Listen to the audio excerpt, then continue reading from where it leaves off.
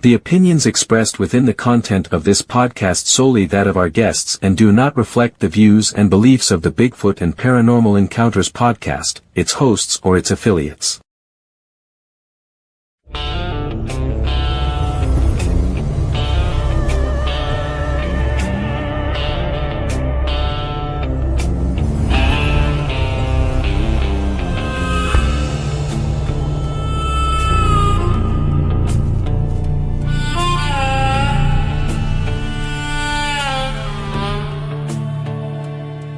The sun sinks low in the Allegheny Pines. There's a shadow moving between the timberlines. The city folks are sleeping, but the woods are wide awake. And there's more than just a wind making the laurel shake. Down a dirt track road where the cell service dies sits a man with a mic and the truth in his eyes. He's broadcasting live from the cryptid cabin floor, deep in Pennsylvania behind a bolted door. It's Bigfoot and Paranormal Encounters tonight, shining a lantern on the things that shun the light. Yeah, Dave Bruce is the pilot and the haunting stars now, so pour a stiff drink and wipe the sweat from your brow.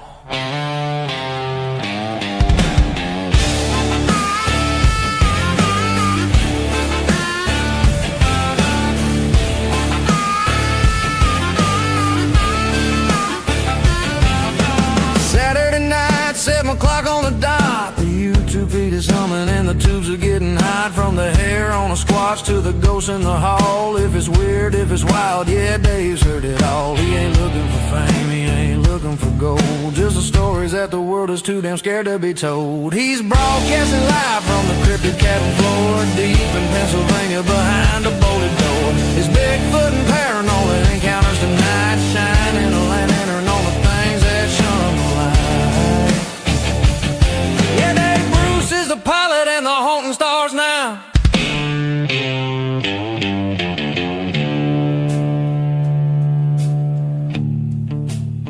7 p.m. Eastern. The woods are calling your name. You're in the cabin now. Welcome to the show.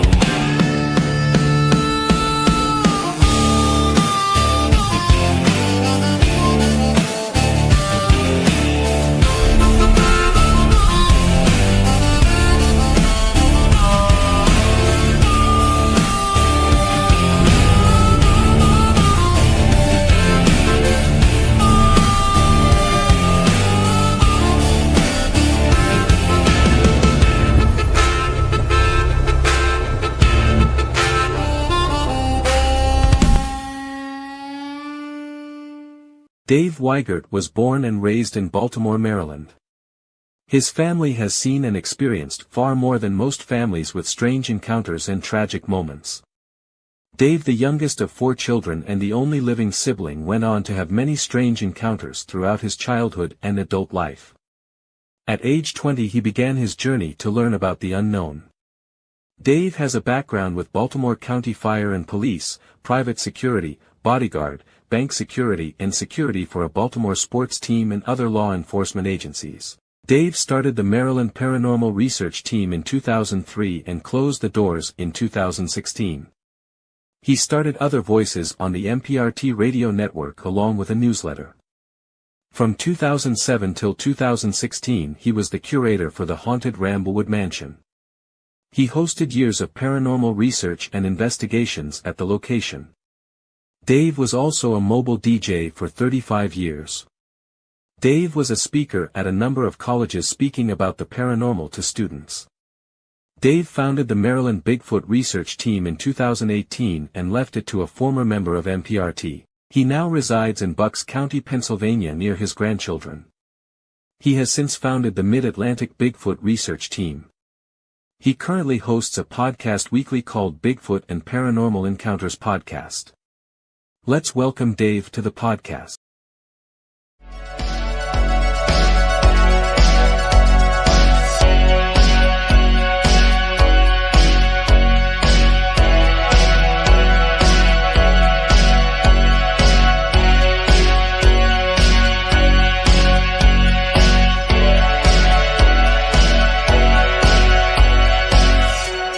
Welcome to Bigfoot and Paranormal Encounters podcast. And now your host, Dave Weichert. Hi, everyone, and welcome to Bigfoot and Paranormal Encounters podcast. And I want to wish everyone a very happy Easter. Have a safe, a little bit tired here, but I'm okay. Have a safe Easter weekend. So let me, I'm going to go ahead and bring my co-host in. Okay, here she comes. Karen, Hi. how are you? I'm good. How are you? I'm good. How'd your day go? It's going. It was a very busy day. All right, let's bring in our second co-host, the other half of Karen. Let's go see if Billy's ready. Okay. Billy, are you with us? I'm here. Okay. Uh-huh. Readjust the lighting. Is the echoing on your end, Karen? Yeah. Yeah, just a little bit. He'll get it.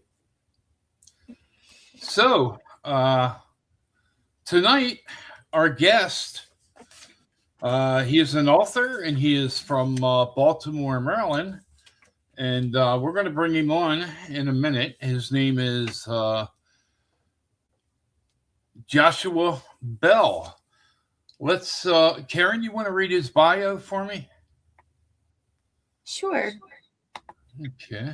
So Joshua Bell is an avid reader with a lifelong interest in ghosts, UFOs, and monster encounters.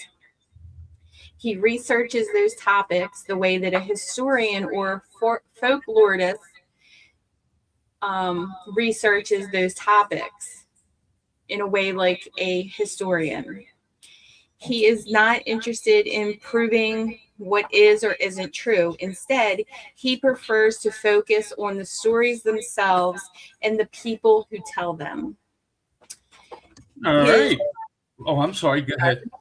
My fault. His 2025 book, Mysterious Middle River, explores 6 decades of strange reports related to the possible paranormal window area along the Chesapeake Bay. All right. Karen, I just want to let you know you're echoing a little bit, but not too bad. So let's bring on our guest, Mr. Joshua Bell. Howdy. Howdy. How are you, How sir? we doing tonight? I'm very good. I'm privileged to be here. Thank you very much for inviting me on. Yes, and thank you for accepting. I've never been on a Bigfoot podcast before. I'm excited. It's my first one. Hey, weren't you on Bill Bean's show, correct? Yes. Bill Bean was in the book I wrote, and after he read it, he invited me on his show. I've been on his show a couple of times, and one other show, I believe, which is more of like a ghost hunting paranormal thing, but I've never really been on a Bigfoot show. Yeah, me and Mr. Bill Bean, we go way back. I actually did I set up his first appearance, which was in St. Helena at the community hall. Yeah, I remember that. That was on Center Place or whatever. St. Helena Community Center. Oh, okay. Yeah. Okay. He also did another one in the neighborhood down on Center Place years ago, and I found out about it the next day. I was so disappointed. I didn't realize it at the time. Yeah, we drew 125 people that night. Wow. I wish I had known. I would have been there. I live 3 blocks from there. So that let me let Karen know exactly who we're talking about. Bill Bean, okay, Karen, was in an episode on a haunting. It was an episode that was, I'm sorry, it was an episode about a house that he grew up in. that was haunted, and it was in the God, I hope I get this right. I know Glen Burnie. Was it Ferndale or? Yeah, it was Ferndale, just below Glen Burnie. Right, right. So yeah. So again, Joshua, thank you for coming on. Let's try to get Billy in here. And okay, his device is not connected yet. Yeah, I so. think he's having some technical difficulties. Okay, just give me the thumbs up when he's ready, and we'll Okay. bring him in. So, Joshua, tell us a little bit about yourself and what sparked your interest in the paranormal / ghost, Bigfoot, and all that good stuff. Sure. What's interesting is I think one of the things that we're going to talk about tonight is the Harewood Park Monster stuff of 1976. I'm giving a presentation on it in a couple of weeks. And what's funny is up until about a year and a half ago, I had almost no interest in Bigfoot whatsoever. I wouldn't say no interest. I'd say a very small interest. I grew up, well, actually, my mother grew up in Water's Edge, which I think isn't too far from where Karen was talking about earlier, in a house. And there was a lot of paranormal activity there. And my mother and her siblings and my grandmother were very open about talking about it and stuff. So as I was growing up, I always heard those stories. And, so I was exposed to it very young. I was always interested and developed an interest in the whole UFO thing very early. And so that was kind of my thing for a long time. From childhood, I was interested in UFOs and ghosts. And in 1994, I actually had kind of a weird encounter of my own, which is years later, I kind of figured out. I didn't know it at the time. It was like 2 miles down the road from Harewood Park. I was out in the woods with some friends one night, and I got out of the car to go to the bathroom in the woods. And I saw this look like a person, a little bit taller than me, but they were completely bald. They looked like they were possibly naked. It was dark. I only saw the moonlight, but I didn't see any clothes and I didn't see any facial features. It was really weird. And it was in a place that no people really should have been at night. To this day, I tell people maybe it was paranormal, maybe it wasn't. I don't know. Excuse me. Could have been kids partying in the woods, but it just seemed kind of weird and unnatural, especially the way this person or thing moved.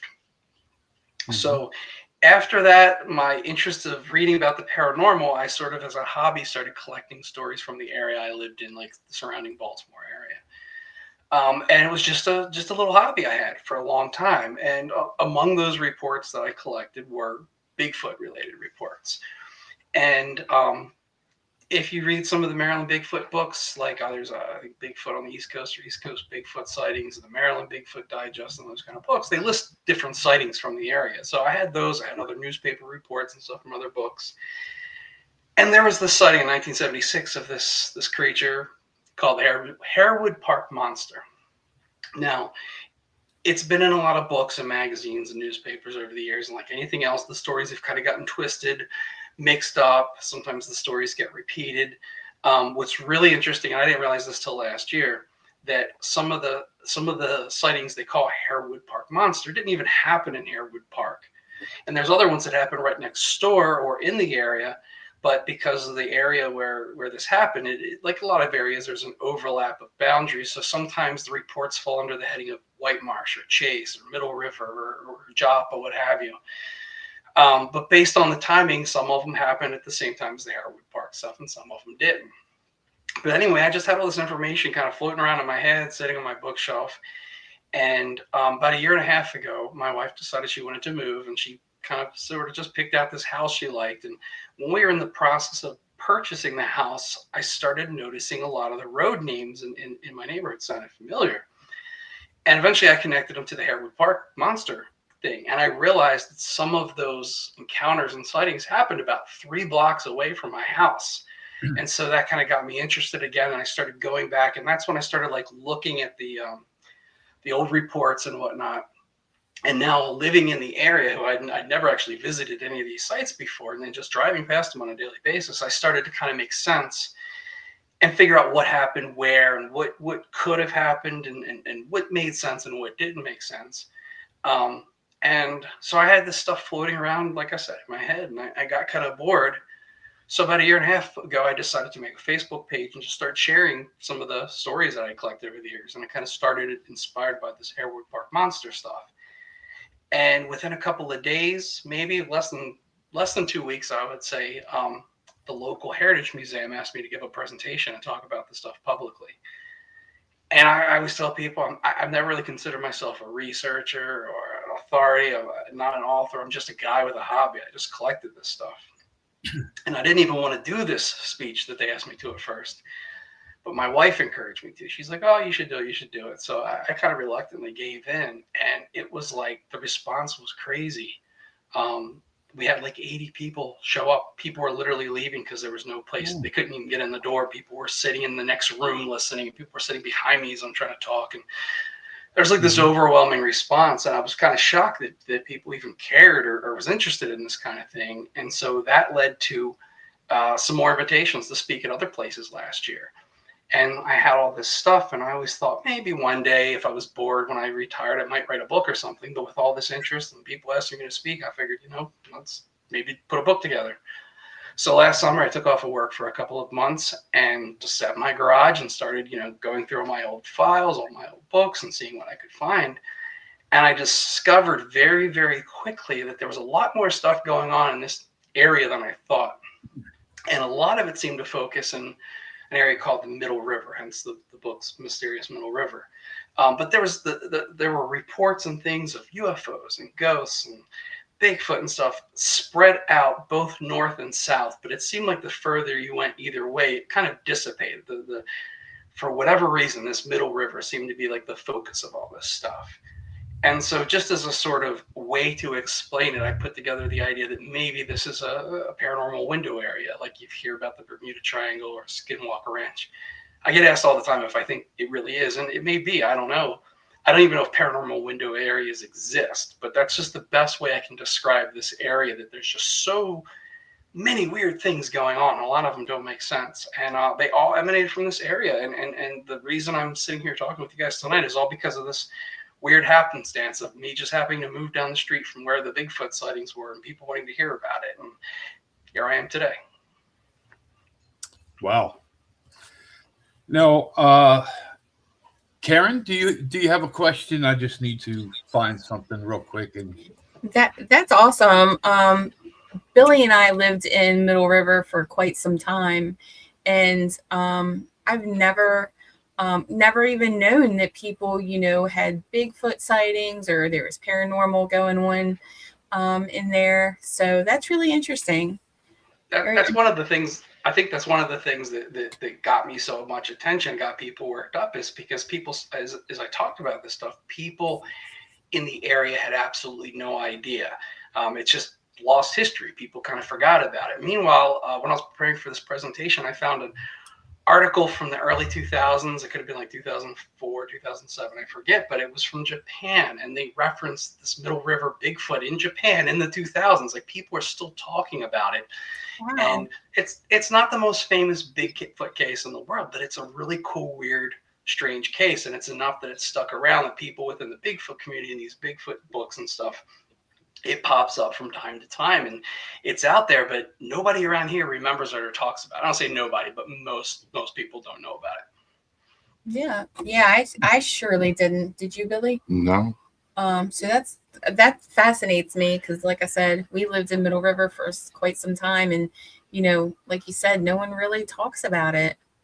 So most of I'm not sure what part of Middle River you were in, but most of these sightings and stuff took place in the Chase area, like off Ebenezer Road, if you're familiar with that road.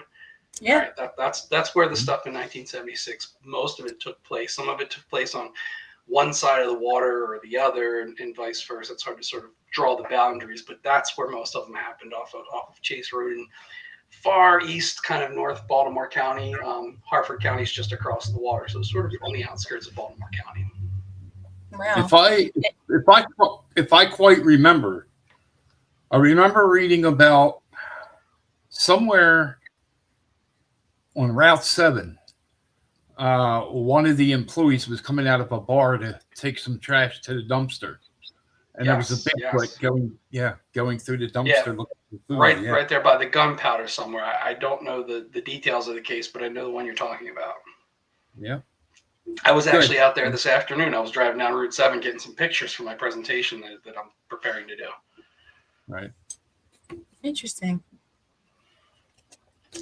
And then I think there's a park out there by the what is that called? The Park and Ride. Just on the other side of that, there was a woman that was walking a trail with her young child, and one came out of the woods, crossed the trail, and went into the woods on the other side. I remember that one as well. I don't remember that one at all. If you have any details about it, send me a message, send me an email. I'd love to know more about that one. Yeah, I'll look that up for you. I do have it, the information filed, and I'll send you the exact location. And there was she had called the police, and I remember the police coming out and looking around, and they didn't find anything. And as the cop was walking back to his car, he came out of the woods and went into another section. He saw it as well. That's interesting. That's interesting. Yeah, that was one of the things that's so crazy about the Harewood Park monster cases is there was several police witnesses, quite a few. Mm-hmm. Yeah. So, what about now the encounter that you explained that you had? Okay. Sure. Have you had any other encounters like UFO sightings or? So as a kid, I thought I saw a UFO, but as years went on, I kind of realized that it was pretty explainable. But you know, when you're young, you're impressionable. You can't really tell what something is. So for a while, I thought I had a UFO sighting. I've had a lot of weird things happening, like no great story that I can sit here and kind of elaborate on. One time, I saw a sort of a, I guess for lack of a better term, a ghost. It was a disembodied hand.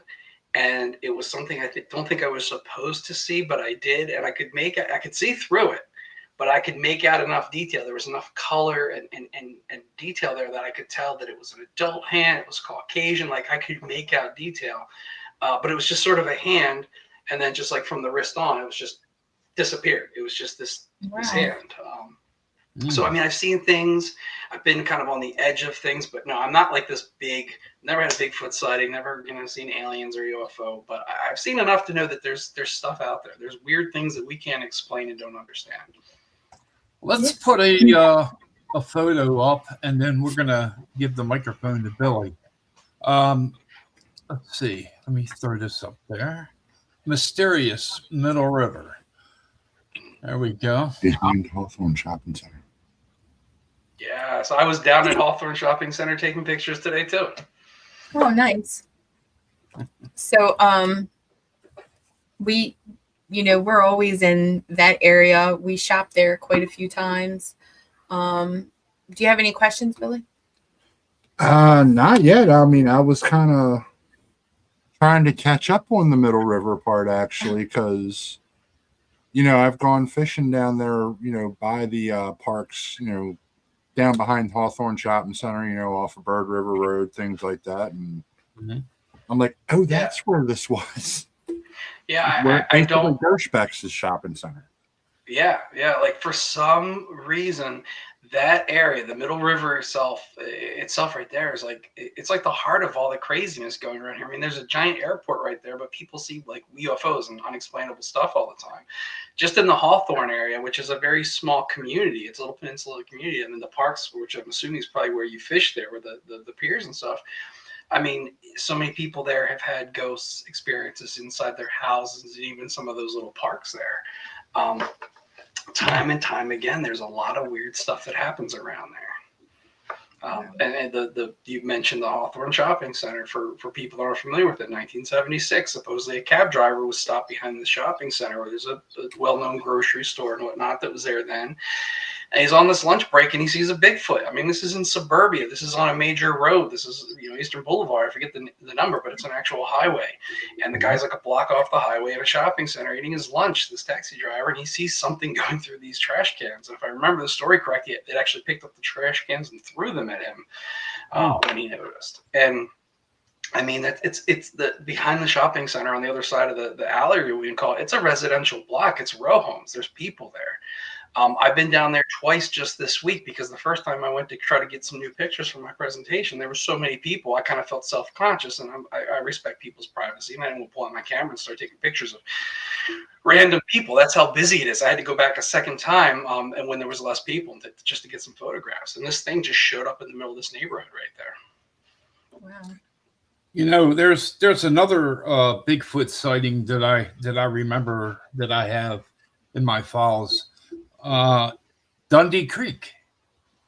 There was a person not supposed to be, but you know, because that place is closed at night. But he was in there fishing, and from the other side, rocks were being, you know, not little rocks, but boulder lakes, you know, boulders were being tossed across the water, and this thing was screaming at him, and he said he just grabbed what he could and got out of there. And he said he basically left a lot of stuff behind. And so I'm not familiar with that one. That's another one. Yeah. But I'll tell you what, and it's in my book. So if you don't believe me, you can check it out. But that's where I had my encounter. That thing that I saw with the bald head, it was actually on the gated road leading into the Dundee Creek Marina right there, which is closed at night, like you said. And that's why I said nobody was supposed to be back there. It's a lot of weird stuff going on in this area. Yeah. There's actually a Chessie sighting not far from there back in the 80s. Really? Two guys, one of them a police officer, again, police witnesses, who launched their boat from the marina there and went out. And it wasn't actually in Dundee Creek, but it was not far from there. Mm-hmm. Captain Chesapeake. Ahoy, crew members. Be somebody important. Be yourself. That's right. I think he was a cryptic follower at heart, having Chassis. Yeah. I shared with Karen, you know, back when I was DJing, when I was doing karaoke, and this guy come up and he says, "Hey, can you put my name in so I could sing?"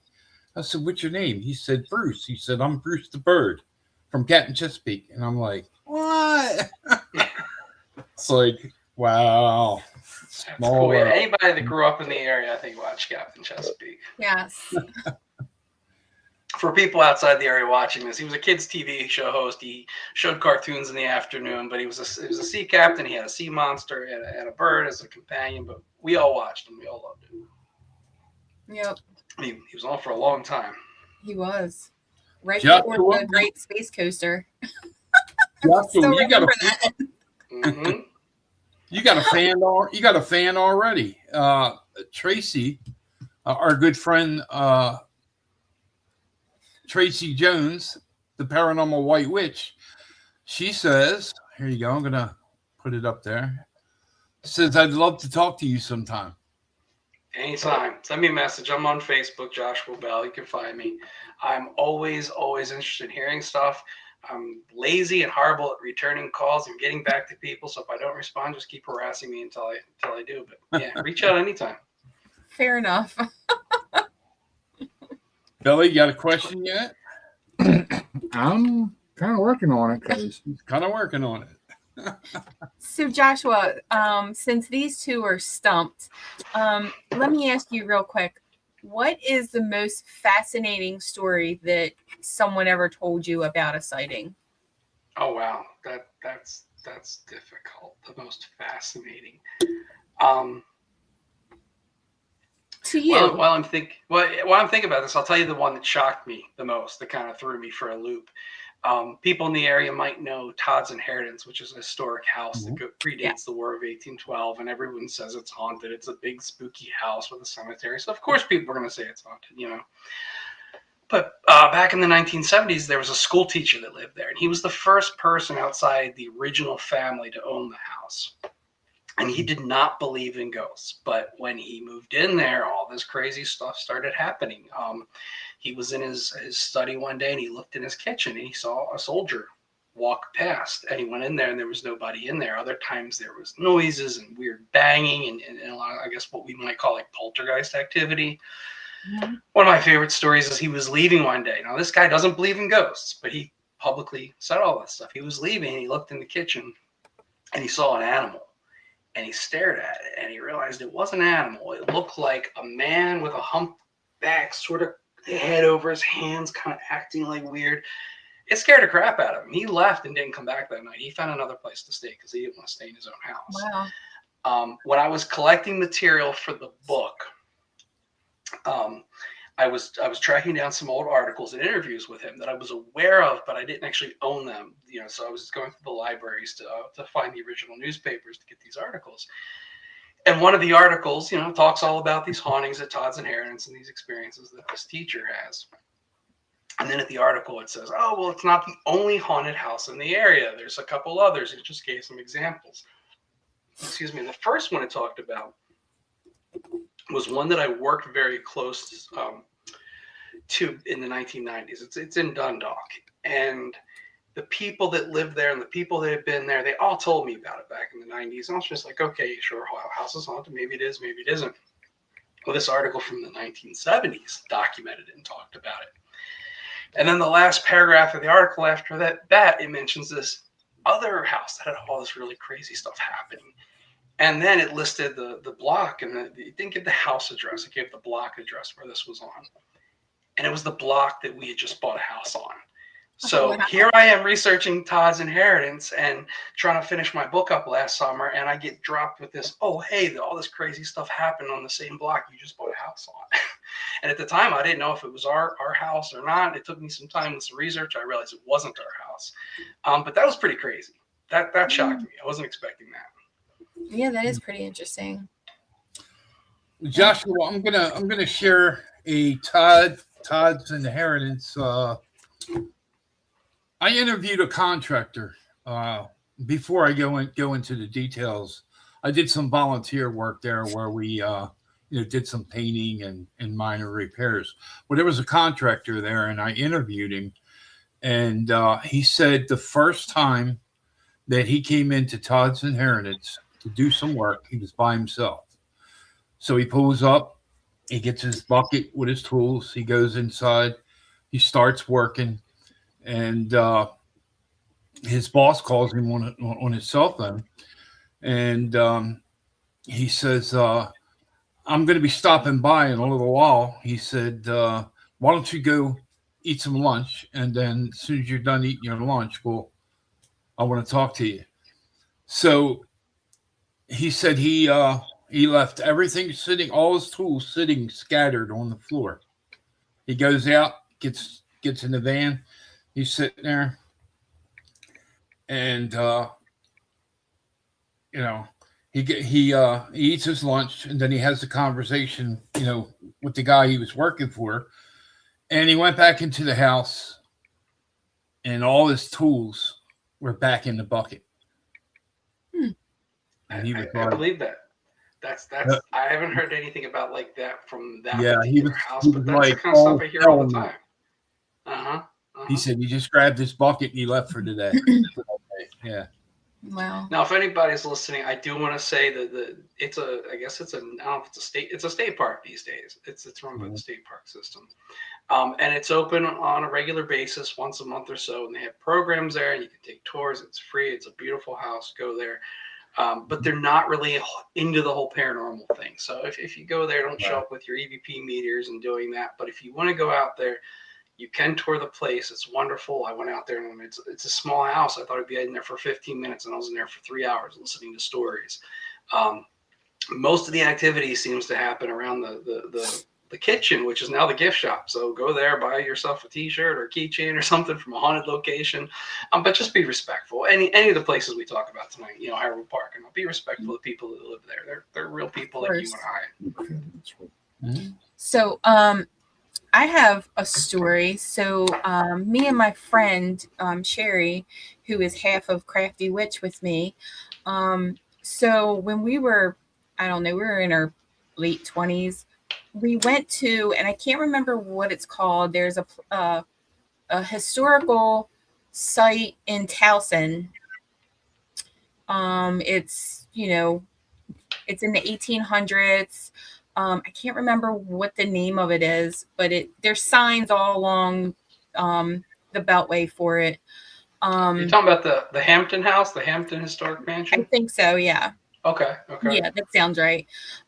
We went in there and we noticed that there was So in the grand room, they have this huge chandelier, and it's Yep. like it's padlocked to the ceiling because the guide told us that everybody that has owned that house somehow always gets unalived by the chandelier falling on them. It's like, Okay, so obviously we're talking about folklore and ghost stories. I don't know what the true story is, but the right. sort of most common version of that, and I forget exactly when it happened and who was the first person, but several people were there and they heard the chandelier fall. And all these people come rushing into the room, and there's nothing. They heard it hit the floor. They heard it crash, and there's nothing. The chandelier is still hanging on the ceiling. And one of the first people that heard it died very shortly thereafter. And apparently, since then, it's happened over time. I don't think any of the chandeliers have ever actually fallen. I don't think they've actually killed people, but people from time to time hear the chandeliers, and whoever hears them, they say, dies shortly thereafter. Wow. Yeah. They actually. I'm sorry. Go ahead.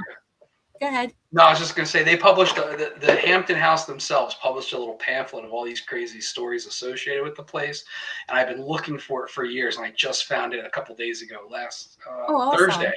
Yeah, I was in Glen Burnie. I was in my favorite bookstore down there. I was going through the little historic local section, and I found it. So excited because I haven't been able to find it on eBay or anything, and it's got all the Hampton historic ghost stories in there.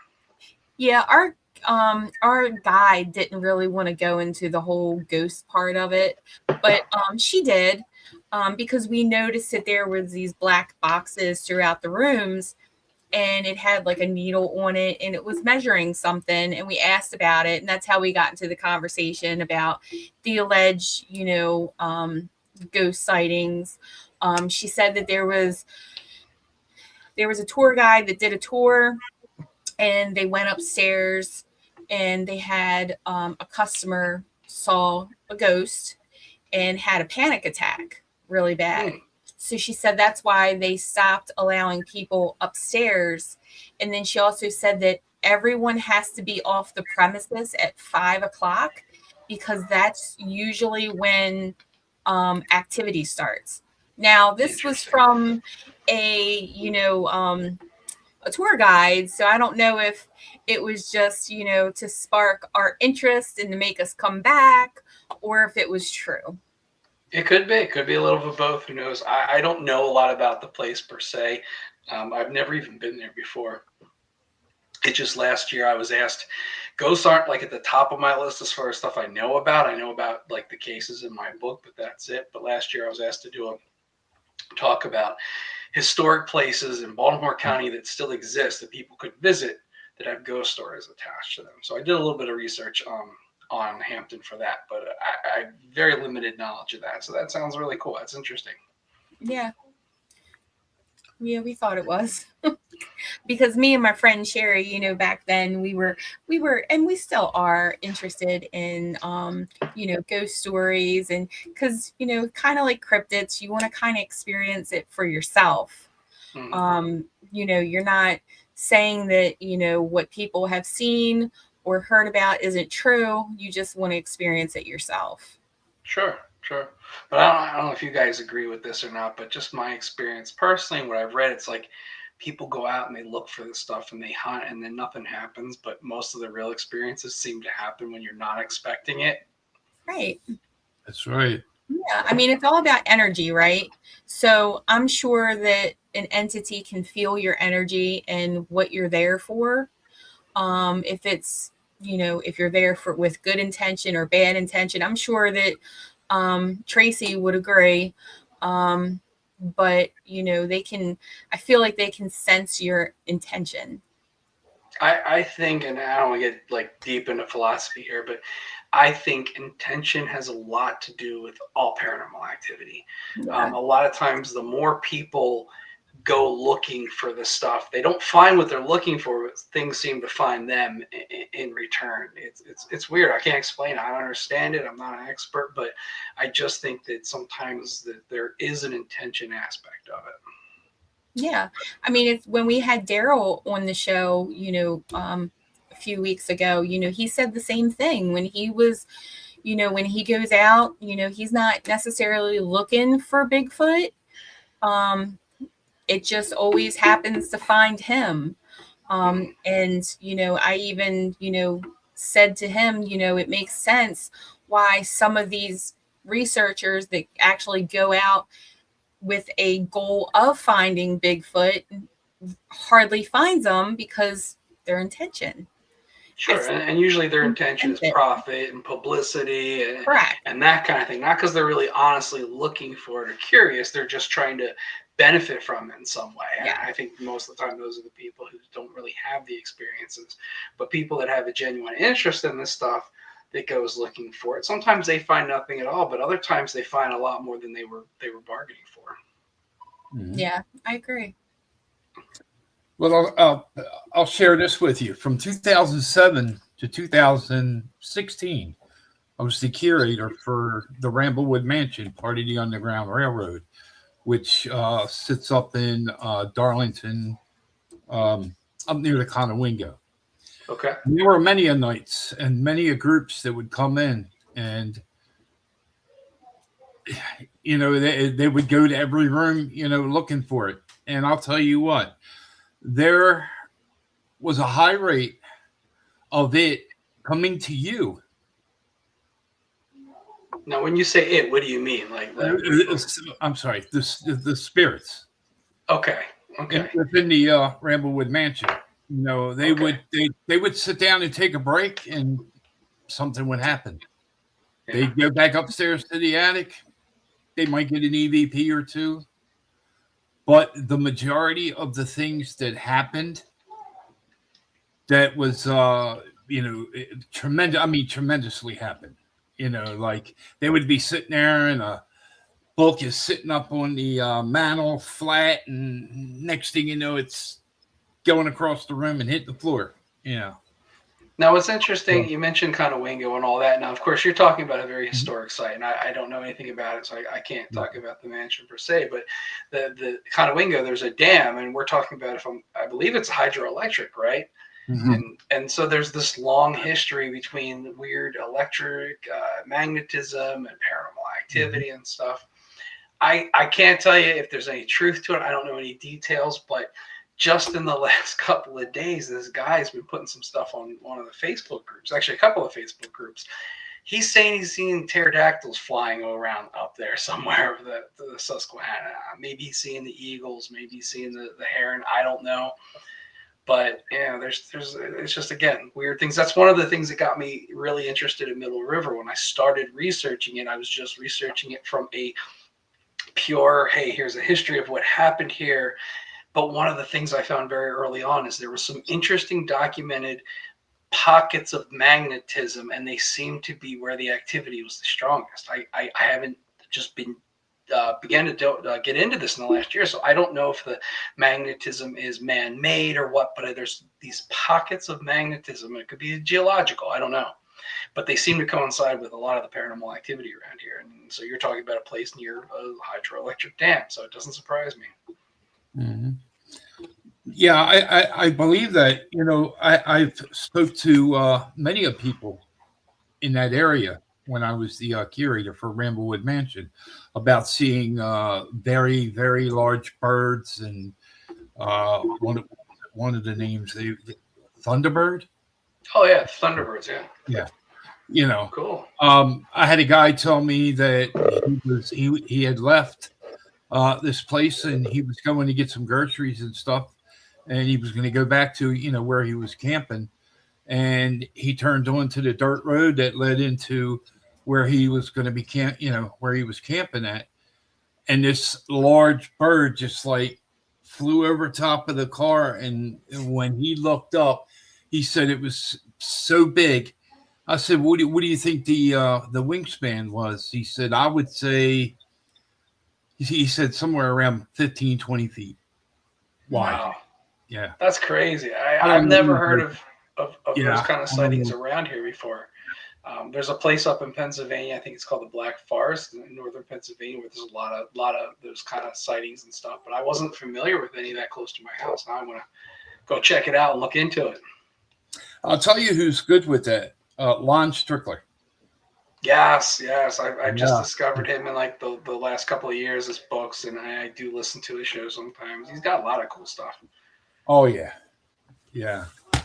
I've learned a lot about Maryland stuff from his material too. I didn't really, he was originally, I guess, lived in Maryland at one point, and he's brought up a lot of stuff in his books and on his show that I never heard of before, and I've lived here my whole life. Wow. Let me here's something I want to. This first photo that I want to put up. I'm not sure if this is. I'll let you. Let's see. That's me. Now that right, that UFO house right there. That's not the one on Graceland, correct? No, correct. So back in the 1960s, Swedish, I don't know, Swedish architect came up with the design for this modern futuristic house that looked like a UFO, and it was all made of like plexiglass type material, prefabricated, pre-made. They could just sort of pick them up by a helicopter and drop them off on your property wherever you wanted it. And they didn't go over too well. They just sort of bombed and kind of fell into disarray, and nobody cared about them for a long time. And now, like anything else, they're super valuable. And so there used to be one in Dundalk in Baltimore County when we were growing up. It was off of Graceland Avenue and Fade Avenue. That one was there for a number of years. And then the gentleman that bought it, he bought it for his kids. I think he thought they would kind of use it as like a playhouse sort of. And eventually maybe one of them, yep, that's it. That's the Dundalk one. Wow. And I guess they lost interest. And so they eventually, he got rid of it. What I heard was he had donated to a church in West Virginia. I don't know if that's true or not. That's what I had heard. But there's still, these they're called Futuros. There's still a bunch of them around in different places all around the world, and they've become super crazy and highly valuable and stuff. That particular one that I took a picture with was in Delaware. I took a picture that right around New Year's Eve of this year. I went to go visit some family there and snapped a picture because I love those things. Ever since having one in my neighborhood growing up, I've always been a fan of them. Let's see, 1, 2, 3. I lived 3 doors up for 22 years, Okay. But of course he had had it put there for his daughter to live in. And then they had the smaller ones. I think I have a photo here. This may be a wrong photo. Let's see. Let's throw this one up there. Yep. There's the small one. Yep. And they were red. Some people call the smaller ones a doghouse, and that's what I thought it was. Yeah. Now I could be wrong. Go ahead. Sorry. I'm just going to throw this photo up here. Now this is where Mr. Lou Simmons. Let's see, the one that he got originally sat out by East Point, and yes, it was for a commercial for, I think, some kind of headache pill. Okay. That's what I heard. I heard it was at least 1 or 2 different businessmen had tried to use it as some sort of a publicity thing. Right. And that would be this photo here. Yeah. Yep. Yeah, that's it. And I don't know how he ended up with it, but he did. It ended up in his possession after it was, I guess, sat there for some time and nobody wanted it. And he picked it up on the cheapest, from what I understand. And that was right by East Point Mall. Okay, and then there's. I'll tell you a quick funny story. Your audience, that's me in Delaware. Your audience members won't care about this, but you might appreciate this. So I mentioned to you in a text before that I knew the family later on in the 90s after the thing was gone. I worked for a local business, and we had a raffle contest one Christmas. And he and his son have the same name. It's Junior and Senior. And we didn't realize it, but the son had entered the contest. And when we called to let them know, hey, you won, come get your prize, he was in the shower and his dad answers the phone. And we're like, hey, you won. His dad's like, great, wonderful. And he comes down, he claims the prize, takes it home. Half an hour later, his son calls us, did you give my prize to my dad? And we're like, well, we just called. And he said it was his. He's like, my dad never entered that contest. That's mine. And he was so mad. But it was funny. Just, if you know the family, they were really nice people. They were good people. Yeah. I did a lot of work for Mr. Lou Simmons, and I think he just passed away like maybe 2 years ago. I'm sorry to hear that. I haven't seen him in decades. But that was the thing in the neighborhood. All the kids from over at Southeast Middle School would climb the fence just to get a picture taken, beside it, in front of it. Yeah. Yeah, I heard about it from a friend of mine. I remember it was like I was literally in first grade, so I'm probably like 6 years old at the time, and I was on like a little play date. I was out with another kid and his family, and they took us to a few different places. And this kid mentions, he's like, "Yeah, there's a flying saucer house in Dundalk." I was like, "No, there's not." He's like, "Yeah, there is. Yeah, there is." He asks his dad. His dad, he's like, "Yeah, there is." And he tells his dad, he's like, "When we take Josh home, can we drive past it?" His dad's like, "Sure." I was like, "All right." I didn't believe him. He pulls up right in front of it. There's a flying saucer in the middle of our neighborhood. I went home, told my parents about it. They were like, "Oh yeah, of course that exists." And I was like, "I want to show it to you guys." I made my parents go back and drive us past it. I thought it was cool. It was so cool. Billy? I was just sitting here looking at stuff from way too close by, neighborhood, whatever. And I was looking at the UFO sighting from 1955, the Robinwood and Solars Point Road one. Yes, yes. Which is literally like a block from Mace Medical? Is that the new Yeah, it was like the Moose Lodge, it was the Moose Lodge or something, and they right down the street from like the college and stuff. Yeah. Mm-hmm. Yeah. So you want to hear about it? I do. Okay. I was actually just telling them in the beginning before we went on the show. I was down in Dundalk today getting my taxes done. And I was telling the guy preparing my taxes about this. He's like, "Give me a good Dundalk story." So I was like, "Here you go." So in 1955, I think it was July 7th, two guys off of North Point Road over where there's a Walmart now. They're out in the front yard. They're talking. They look up and they see 3 UFOs go overhead. And these round circular things, and they're going very, very slow, and they're almost sort of drifting. But they're kind of going away from Dundalk. Half an hour later, some people resident right over there. Now, I do want to clarify that the whole Solars Point and Robinwood intersection, that's based off the original Air Force coordinates.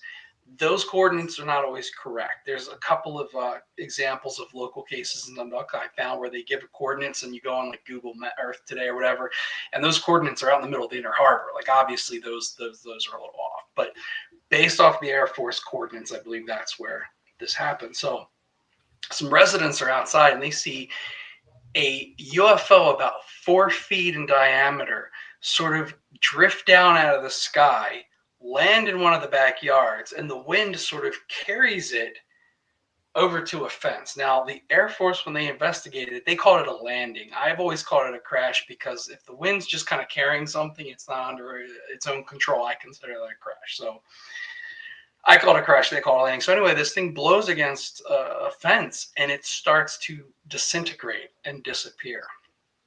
But one of the neighbors is actually able to collect a little bit of residue or this chemical that this thing seems to be made out of.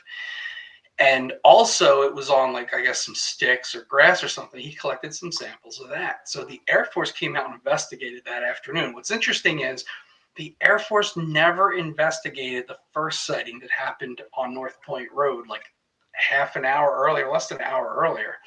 That got reported on by the newspapers, and the newspapers never reported on the crash, but the Air Force reported on the crash. So you have 2 UFO incidents happening in the same neighborhood, about 1.5 miles apart from each other on the same morning, but one of them's being investigated by the Air Force and one of them's by the newspaper.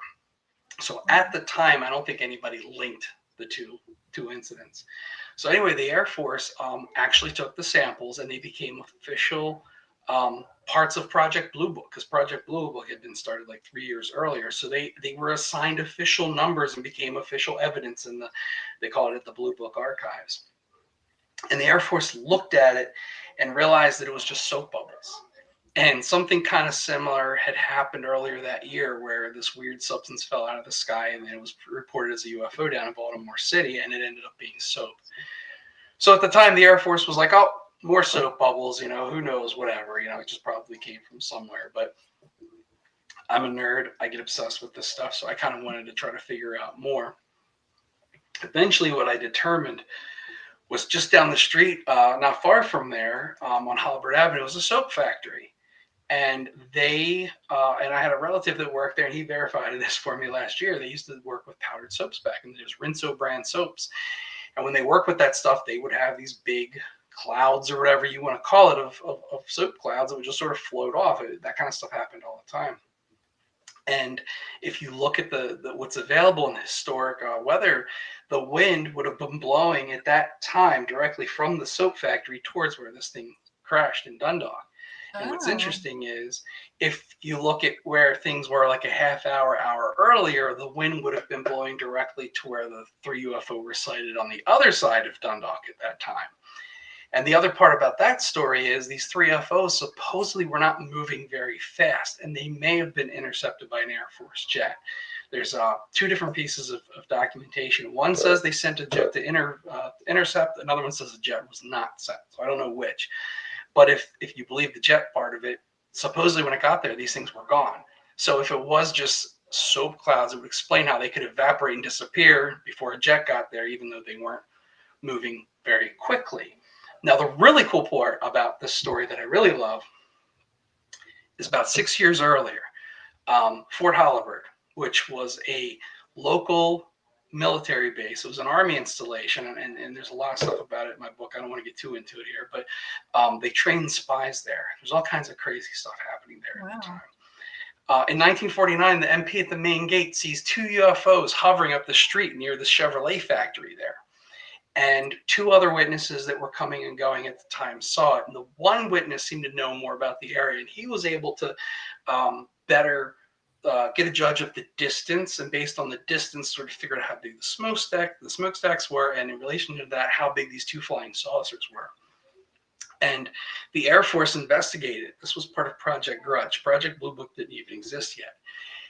And at the time, this is 49, there was private helicopters around, but they were still kind of in their infancy. So because these things were hovering, they thought they were maybe a private helicopter. But they were to determine the only private helicopter in the sky. The closest one was in Delaware that day. So the Air Force could not explain these UFOs right next to their army installation. And literally, if you go through the Air Force documents, the last line that they concluded is, we could not find any evidence in the immediate area to explain this activity. Well, these smokestacks in the Chevrolet plant were directly across the street from the soap plant. And if you look at the evidence based on the one witness who could figure out like the dimensions and all, the dimensions, the colors, the descriptions, and everything else fit the soap bubble UFOs that crashed 6 years later. So once I kind of determined and realized, yes, that was definitely soap, I think that explained the other sighting from 49. So it's cool, Wow. Cool, weird local history. I like telling people that UFOs crash in the area, and they're like, what? And then you explain it to them, and that's where I kind of get into like what I said in my bio. I'm about the stories and the history and stuff. I leave it up to other people to determine what's paranormal and what's not. Right. Now, those soap bubbles, were they what's the word I'm looking for? Were they a little denser or whatever than normal for, them to dissolve versus just pop? So and I don't have the information directly in front of me, but best I can remember, it was like 4 foot wide, and then it kind of shrunk to about 3 foot by the time it hit the ground. They said it was silver or aluminum-like in color, and one person actually said it was made up of bubbles, and they said the bubbles were about the size of pencil erasers, but it was like 3 foot wide altogether. In one of the sightings, they said it had concentric circles all over it, which of course could be interpreted as bubbles too. I can't tell you specifically much about it other than that. That's what I remember, about 3 foot, silver, aluminum. There might have been a mention of like a rainbow sort of color in there, like you see in soap. I can't remember that. And of course, the people that responded that day, and this happened more than once in that area, probably came from Fort Holabird, because things moved a lot slower. And for someone to be able to get there that same afternoon and collect the samples and stuff, they had to come from someplace local and nearby. So that probably had something to do with the fact that the material hadn't like fully dissolved or disappeared or whatever. So I assume they got there probably within an hour or a couple hours, because it's like 5 minutes away. Interesting. So, have you ever talked about Ballstone Manor? Not really. I was actually talking to somebody about it recently. So word on the street is there might be a paranormal investigation happening there very soon. Oh, okay. And I'm trying to get involved with that. I've always heard people say that it's haunted, but I've never met anyone that actually had experience that they could share with me. No one's ever said, "Oh, this happened." Sure, I'll share with you. Yes, tell me, please. So I actually used to be a tour guide there. So, back in the day when I was in high school, I had to get my community service points. So I worked at Ballstone for quite a few years, my friend Sherry and I. So we really liked it because we were into history. You had to provide your own dresses that met, within the era. I'm Baltimorean, so I get words mixed. So anyway, so we had a showing. We were doing tours, and we also had the reenactments outside. So I was in the back bedroom, the children's room, and I couldn't hear anybody. So I was totally like isolated from the rest of the tour guides. So the house closed because they're getting ready to start the reenactments. So everybody left the house except Karen because no one came in the back room to get me. So I start hearing creaks. I start hearing, it sounded like there was someone walking. I started hearing children's laughter. I heard like low whispers of talking. So I come from the back bedroom and I'm like, I can't hear you guys back here. And then I'm like, where is everybody? And then I was like, wait a minute. And then it just dawned on me that everything that I was hearing, the kids laughing, and it started getting very cold upstairs. I was like, yeah, I'm out. So I left the house, and when I found the girls, I was like, you guys left me. I said, and I think I had a paranormal experience since I was the only one in the house at the time. That's cool. That's the first time I've heard a firsthand account. I mean, I mention it in my book, and I specifically say in the book that I've never heard any specific story. So it's nice to finally hear one. Yes. And you seem like a somewhat credible person to me. I think I can believe you. Yes, absolutely. And I have a friend that can contest to it as well. She worked there too. So it was just and I mean, pardon my French, but I hauled ass out of that room once I found out that there was no one else in the house but me. So I was like, okay, this, I heard the low whisper voices. I heard the creaking that sounded like walking, that, no one was upstairs with me. And then I heard, children laughing. So, yeah, I talked about that for quite some time. And then I even said something to the older staff that worked there, and they're like, yeah, this house, people have encounters. And I was like, oh, okay, well, I just had mine.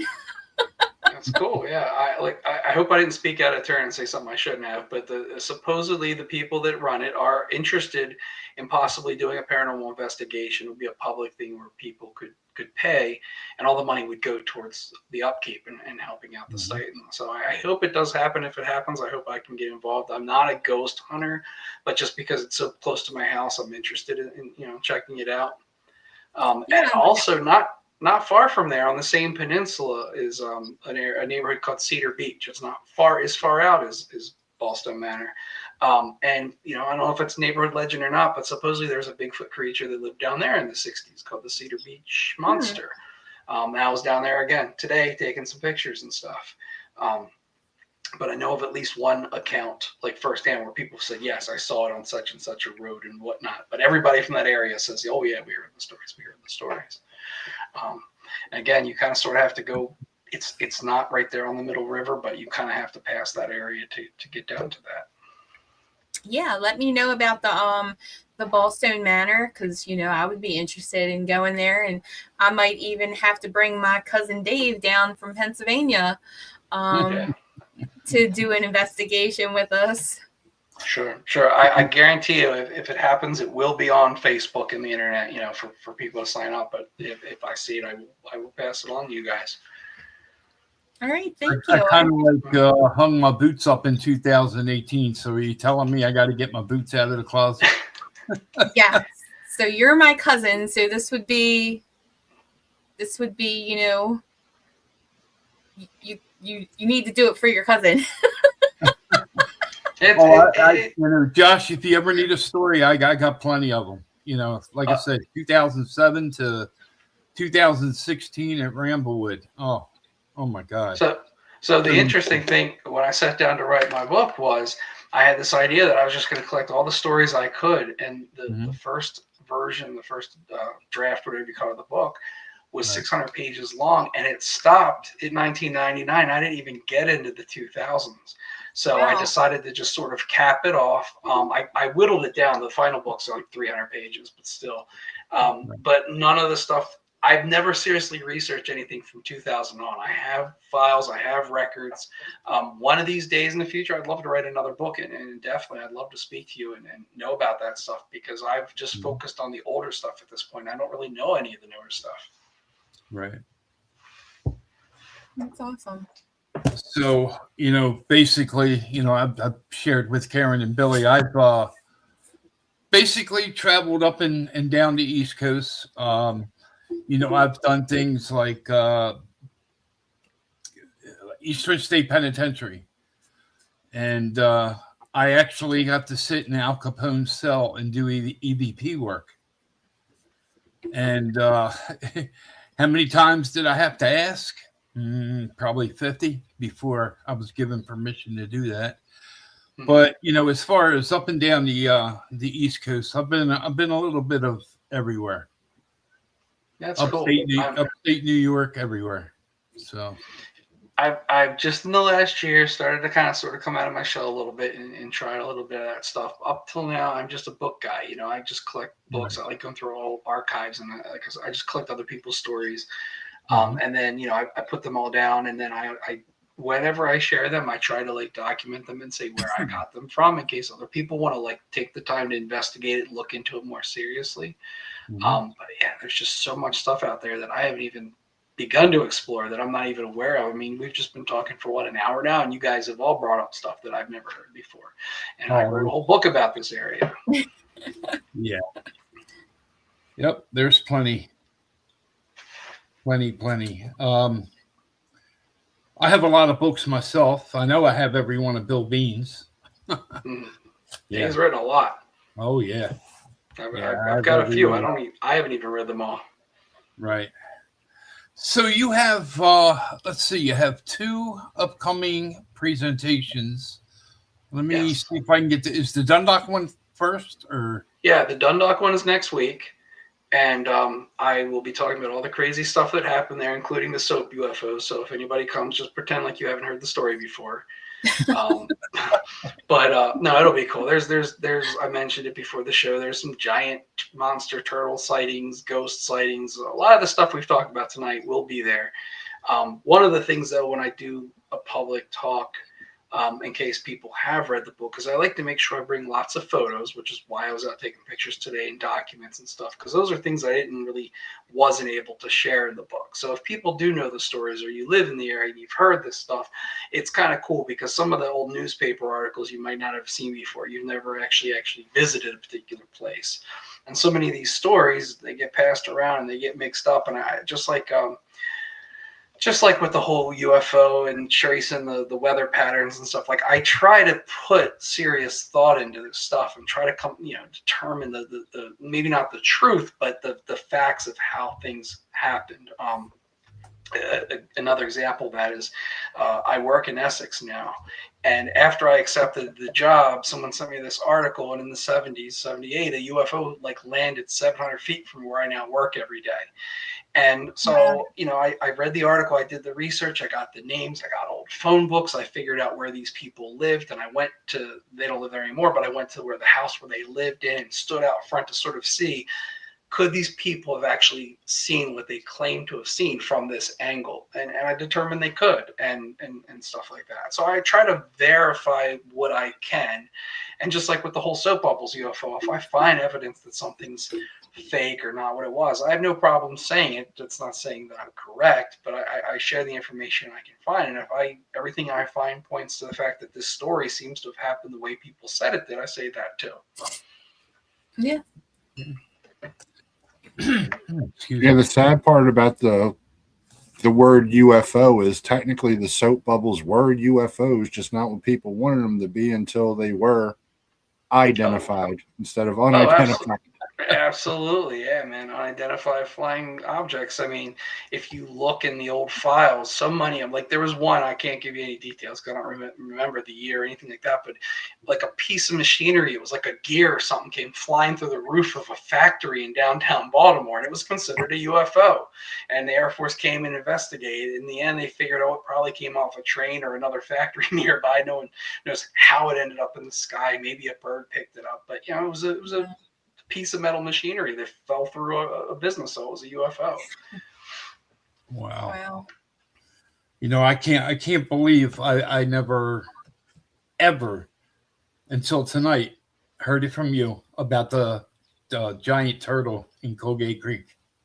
Oh yeah, the Colgate Creek creature, mostly seen up around the Fort Halbert area. Again, okay, so this is one of those fun ones. I grew up in that neighborhood. I used to spend a lot of time playing in that creek as a kid. That creek was like, I don't know about today, but back then it was loaded with alligator snapping turtles. And they're about a foot big, you know, to a kid. Those things were huge. And they were mating all the time. So there was a lot of them. We used to see them constantly in there as a kid. Well, you'd hear these stories that supposedly this lady was down there feeding cats one day. There was a lot of homeless cats in the area, and she saw this one was like 5 foot tall.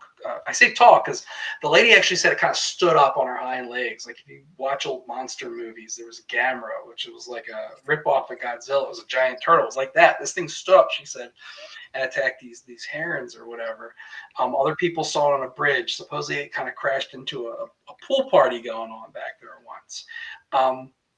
And it sounds ridiculous. It sounds stupid. A 6 foot long turtle when the biggest turtle in that area is only a foot long.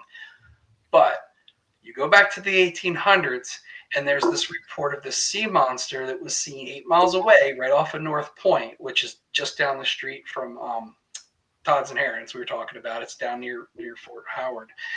Supposedly, these 2 ships came across this sea monster, and they fought it, and they killed it. And the sea monster was 12 feet long. Well, they actually killed this thing. They captured it, and they ended up taking it down into Baltimore City, and it was put on display for everybody to see. And it was a sea turtle. Off the top of my head, I can't tell you what kind of sea turtle, but it's the largest sea turtle there is. It's like they get to be like 12 feet tall. And they've been spotted in the Chesapeake Bay before. Other sea turtles have been spotted off the Key Bridge, which is less than 2 miles away from this giant turtle was seen.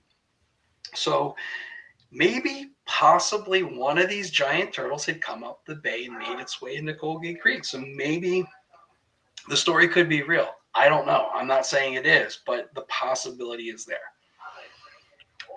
Well, let me share this with you. Yes, I crabbed off the bridge with crab traps, but most of my crabs caught out of there are trout line. So I was out there walking in that water from stick to stick, you know. Well, I'm glad you didn't get attacked by the monster. Water up to my chin, you know.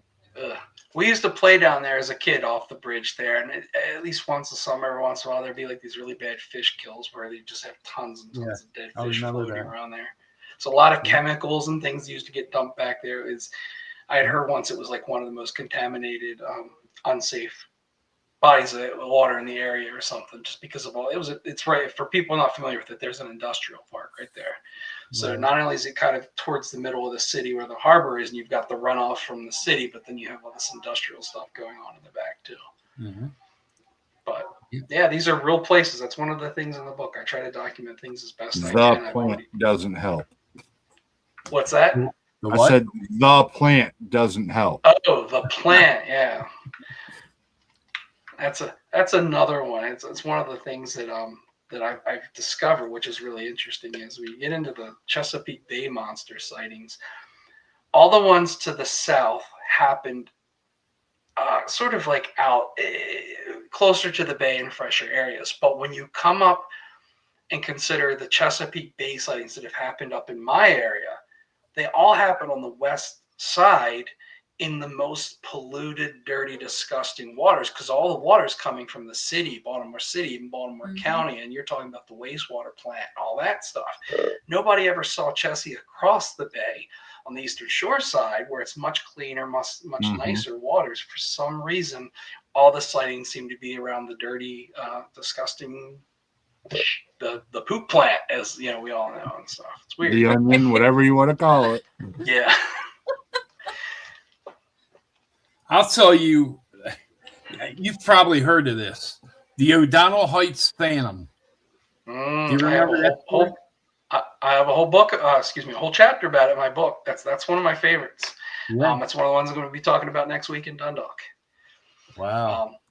I'll tell you what's really cool, just as a side note about these stories, is so I put the book out last August, and I put it on Facebook, and in the first 2 weeks it was out, all my friends and family and stuff bought it, and I sold about 50 copies. I'd never been on a show. I hadn't been on a podcast, nothing. It's just I did put like one or two things on Facebook, like, hey, I wrote this book, blah, blah, blah, blah, blah. And I work in Essex, and I get this message one day at work from a stranger on Facebook that was like, hey, I'm listening to this podcast today. They're talking about your book, whatever. And I was like, what? What are you talking about? And first I was kind of shocked, because I don't really listen to a lot of podcasts and stuff, but the one he mentioned, I used to listen to it like 20 years ago. And I'm like, is that show even still around? So I look it up, and sure enough, it was this overseas podcast, not from the US. And they had talked about my book 2 weeks after I wrote it, when only my friends and family had read it. And they dedicated like an hour and a half of their show. And they talked about the Harewood Park Monster for half of it. And then in the other half, they talked about the O'Donnell Heights Phantom story, which is another really crazy local thing. For those people not familiar with it, I don't have the year off the top of my head, but it was in the 1950s. There was this creature person in a dark cape that was seen kind of jumping from different rooftops, running around this middle-class neighborhood. The houses there are all kind of small. It was a government-built community project. And people would see this thing, and it was sort of terrorizing this neighborhood. And there were several cemeteries in the area, and people would say they'd see this dark cloaked figure hop off into the cemetery in the middle of the night. And you hear the stories and stuff nowadays, and you're like, okay, yeah, whatever. But when you look at the original news reports from the day, that's why I love doing the whole archival research, people were terrified. There was posses of hundreds of people out there at night walking around with shotguns trying to catch this thing or catch this person. And there's pictures. And when you read the old news articles, they give you the names of the people and the addresses, the streets where they lived on, and where this thing was seen. And again, I look up and I verify, I use old records and stuff that, these people existed. This wasn't something that the newspapers just made up to tell a story because they had nothing else going on. These were real people in their houses, terrified. Family members would all sleep together in one room. Other families would just leave the neighborhood completely that summer, and they slept at family members. They had places outside the area, and everyone was like absolutely terrified of this creature, this phantom they called it. And then suddenly, after like 3-4 more weeks, it just vanished. No one ever saw it again. Wow. Here's one. Let's see if you've heard of this one.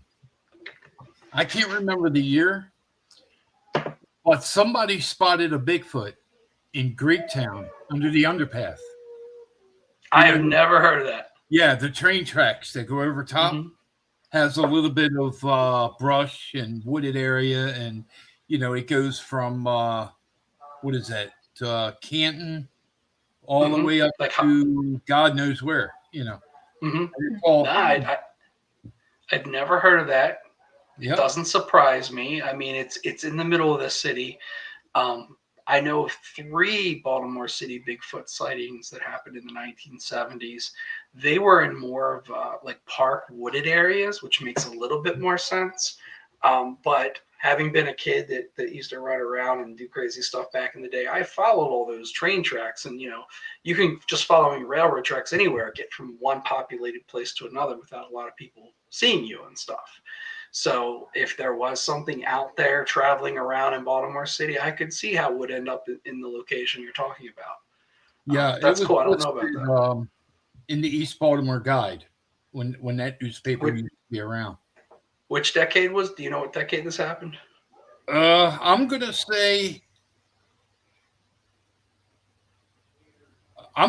between 78 and probably 1982, somewhere around there.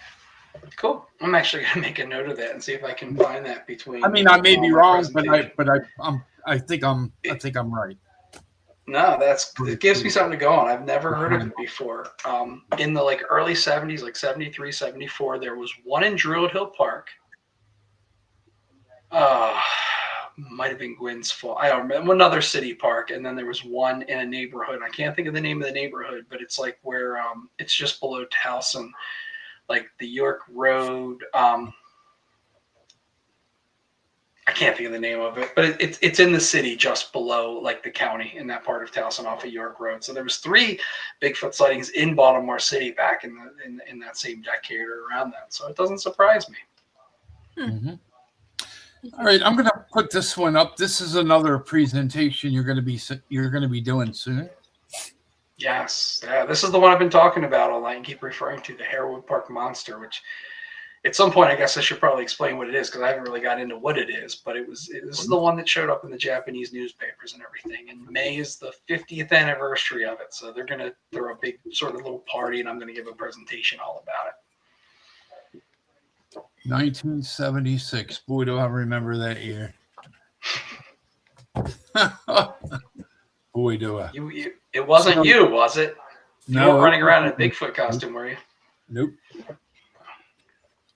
Part of the whole Harewood Park story. I didn't do any PG films. No.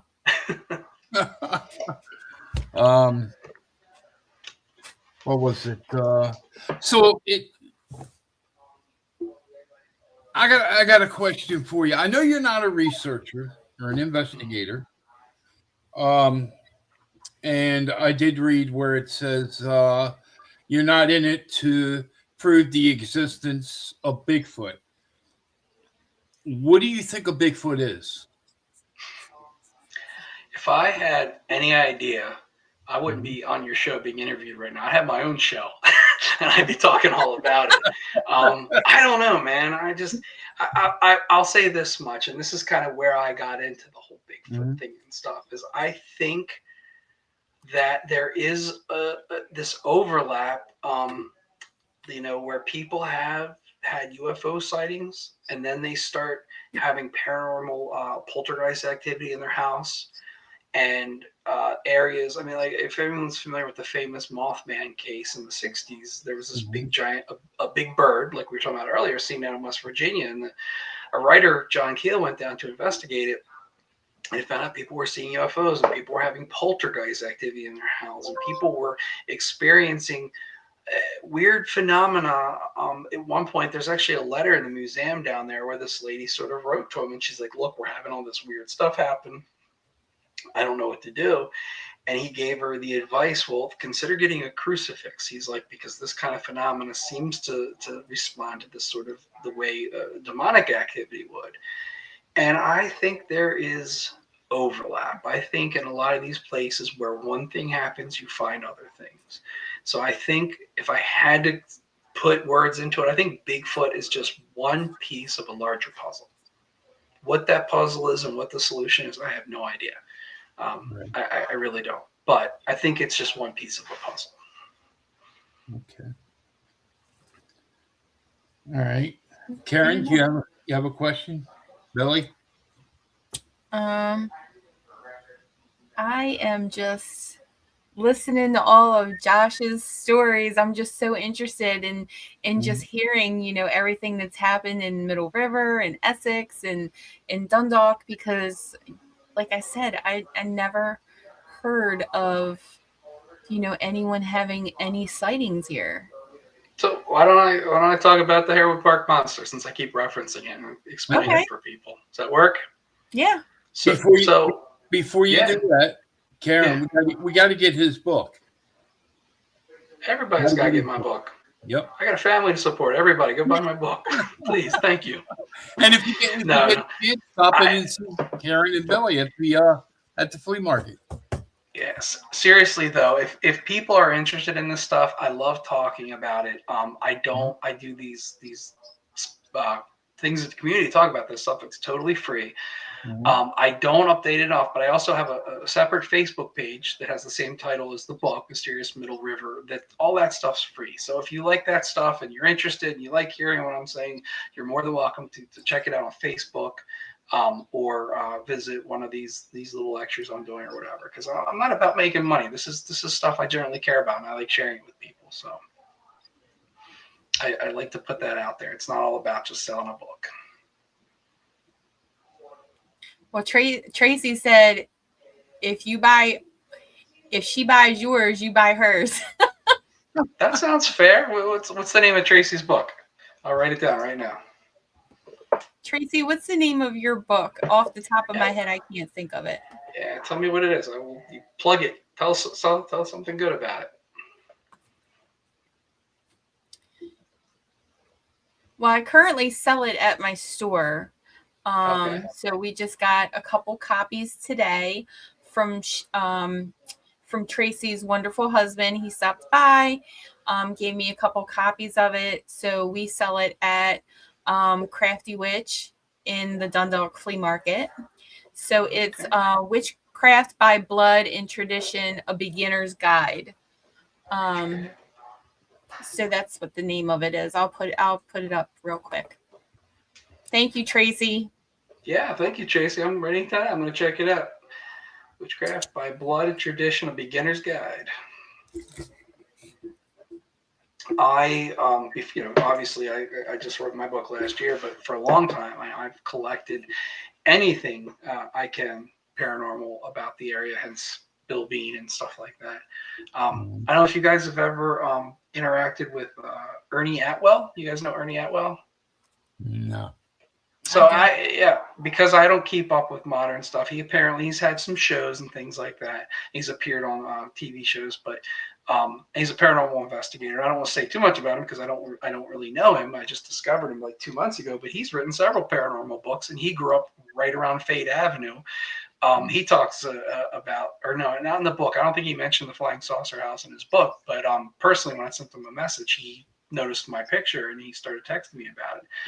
This guy's wrote several books, and he lived in the same neighborhood we're talking about now, and his one book's been out for like 4 years, and I just found out about it like a month ago. So there's a lot. What is his name again? Cool stuff out there. Wow. Ernie Atwell. Let me write that down. So I'm definitely going to check out that other book. Well, is that ATWELL? Yes, and his book is. I'll pull it up right now. I've only read the one because I just got it last week. I had some problems getting it where I'd ordered it and someone canceled the order. His first book is called My Paranormal, My Chosen Journey. And he lived with his grandparents near Fade Avenue. They were very involved in the Our Lady of Fatima Church up off of Kane Street at the end of Dundalk Avenue.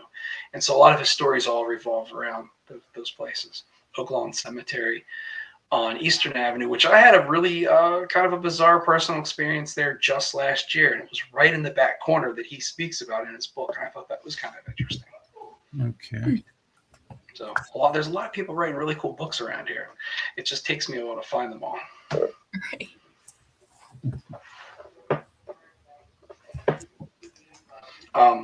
So just for the name of your store, is that My Crafty Witch too, or what's the name of the store? It's Crafty Witch Soiree. Crafty Witch Soiree. Mm-hmm. And we're in the I get Dundalk. over there occasionally. I sleep in too much on the weekends, but We're there till 3. Can I tell you guys another crazy story? Just because Sure. maybe about 2 years ago. If you grow up around that area, that place is like crazy and insane on the weekends. It's like when people come from all over the state to shop there. It's a really awesome flea market. And my wife and I went there one Sunday morning. We were driving up and down the aisles trying to find a place to park, and in between the two cars there was a dead guy just laying there. And same time we saw it, these two ladies had stumbled by coming like in the other direction, and they were like yelling at us like, what happened here? And we're like asking them what happened, and I thought it was a TV show. Like I assumed this was like, some goofy thing, somebody was trying to prank us or whatever.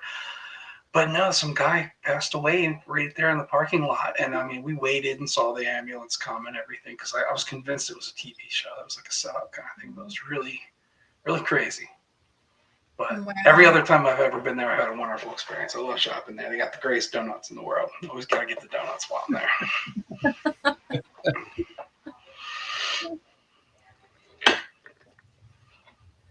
Wow. Billy, you're quiet. Yeah, man. I'm sorry still if I just trying to figure out this turtle monster thing. Because, fishing and all, obviously, Maryland waters, Baltimore County, alligator snappers is not something I'm unfamiliar with. Seeing ones the size of a manhole cover is not something that's not ever happened. Mm-hmm. But when people talk about ones that are bigger than that, I'm like, I don't know how many times I've walked up and down the Patapsco River from, say, like Washington Boulevard to Simpkins Paper Mill out in Ellicott City. Mm-hmm. Now, that is that the paper mill that Lon Strickler's talked about? There is a place that a lot of people refer to as either Monk's Castle or Creepy College. Okay. That is out in historic Ellicott City. Off of like Old Frederick Road, like down lower than that, like off to the right if you're heading back towards the city, to the left if you're heading away from it. Okay. Old logging community, old railroad bridges, things like that. I mean, I've been down there a few times. It's probably been 20 years, but Strickler's a couple of times in his books, I guess, in his show, he's mentioned that, he used to live in the area, and there was a paper mill in that area. And he talks about the sighting of a weird, like a bird. He kind of described it as like a peacock, kind of dragon-looking thing and stuff. He's talked about hauntings and a ghost of a woman that's being seen down. According to him, there's a lot of interesting stuff down in that area. I've never had experience. Ellicott City has a lot of stories. I don't know that I ever believed the turtle story. It was just like something I heard growing up, and like I said, we used to play in that creek. It was just a goofy story, and some of the things in the book are just goofy stories that I remember from my childhood, and people saying they're things that have never even been in a newspaper before. But the only reason I sort of offer that one suggestion is because there's a whole chapter on the Chesapeake Bay monster. And when I was researching that and writing that, that's when that sea turtle thing came up. And, like I said, that was in the 1800s, but that was verified. This is something that was captured and taken onto land, and people saw and was later explained. They thought it was a monster, and it was just this turtle. Like I said, I don't know the species or whatever. Now, while we're on the beach stuff, I was just gonna say, no, go ahead. I don't know if I was looking at the right things. I was trying to look up when you said about like Cedar Point and stuff like that. Mm-hmm. And I started running into all this stuff about like these crazy, like blind beach worms that remind you of something from Tremors. I never heard that one. That's cool. This isn't like you're talking in Baltimore County, like in this area. I'm not sure if I am, because I don't know whether what I'm looking up is pulling something else from like other places like New Jersey or something. But I'm like, what the? Well, let me throw one at you guys. Maybe you guys know this. So I was at a public speaking thing. I was listening to another author speak last year, and she mentioned there was a dogman sighting in Essex. And I don't know anything about that. Have you guys ever heard about that one? Not in Essex. No. Okay. For people that are not from the area, Essex is a highly suburban area. It's just outside Baltimore City and stuff. But that Bigfoot on the railroad tracks that you mentioned is along that same road, just deeper in the city. So like things happen. But if you guys ever find anything about the Essex Dogman, let me know. I want to know more. Okay. Yeah, I'm gonna make a note right now and do some homework. And so I heard this last April, and if memory serves correct, it was presented as in like this happened somewhat recently, like in the last year. So it would have happened in the last 2 years, if there's any truth to it. Okay. I'm going to put these dates up again real quick. Let's see. I'll start with this one. That's in April. That's Saturday, April 11th. Yep. 2 p.m. Yeah. And that's going to be all about the weird stuff. It'll be a mixture of UFO ghosts and stuff. A lot of the stuff we've talked about here tonight and other things. Okay, and then this one is. So you want me? I keep getting off on tangents. Can I talk about the Harewood Park monster really quick? Okay. So Yes. in Let me get. 1974, 3 teenagers supposedly saw this Bigfoot creature on the other side of a river around here on 3 different occasions. Supposedly they got pictures of footprints and the monster itself, but the film got exposed or whatever. On one occasion, they said they were following the creature through the marsh at night, and it somehow like backtracked them and got behind them and started tracking them instead, which is kind of interesting because a year later, when other stuff started happening around here, a police officer had the exact same experience. And I'm not a Bigfoot expert, but one of the things that I noticed too is where this supposedly happened, there's been other really weird sightings of Bigfoot type creatures there in years later. And it's also right around the county landfill, the Eastern Sanitary Landfill. And I've heard in the past, there's this interest of Bigfoot being attracted to these landfills in those kind of areas.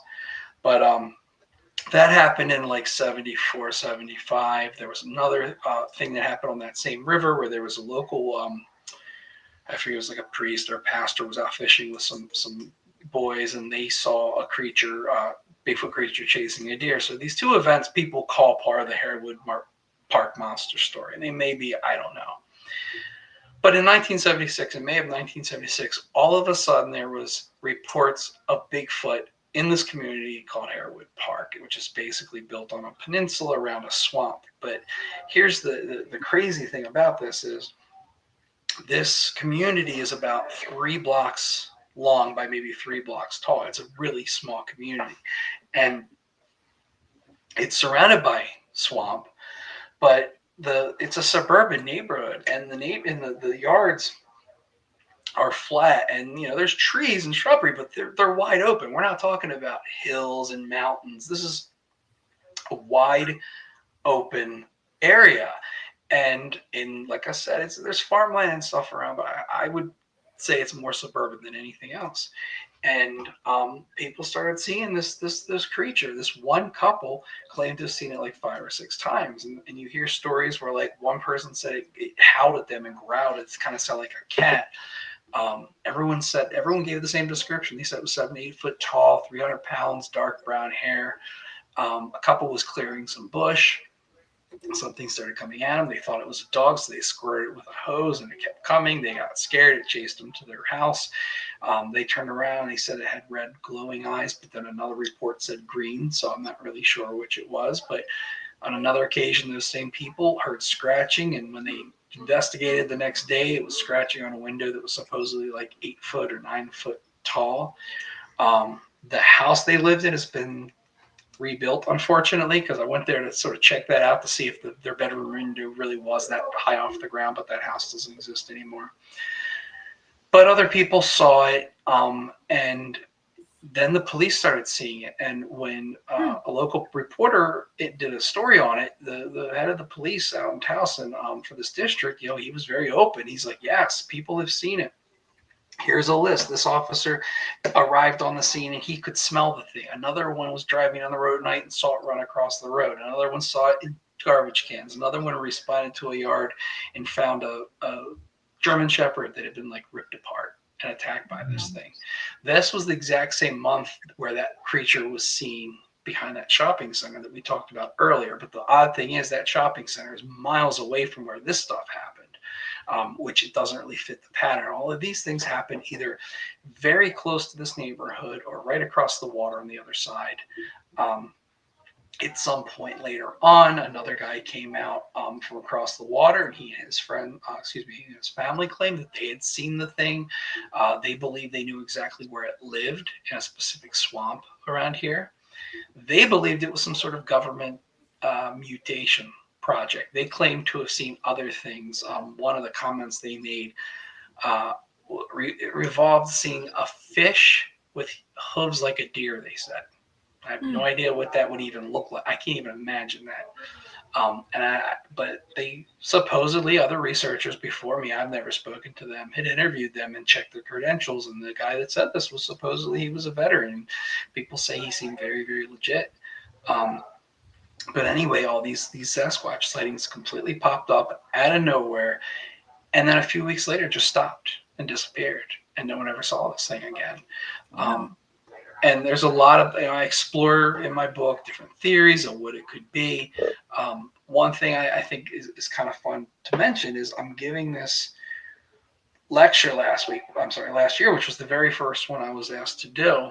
And afterwards, this guy comes up to me. He's like, hey, I used to work with this guy back in the 80s. And he used to always tell us that he, wore a Bigfoot suit and ran around in the woods out there in the 70s. And he gave me, we just thought he was crazy. And I'm like, well, tell me more about it. And he explained a few things, and all the details he told me matched up with the Harewood Park monster sightings.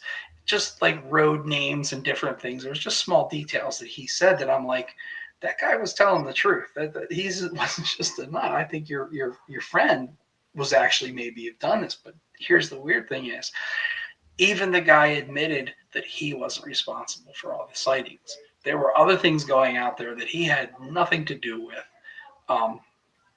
that he wasn't part of. And so to this day, I think part of the sightings probably were hoaxed, and there were other aspects and misidentifications. And there is a lot of it has explanations, but not all of it.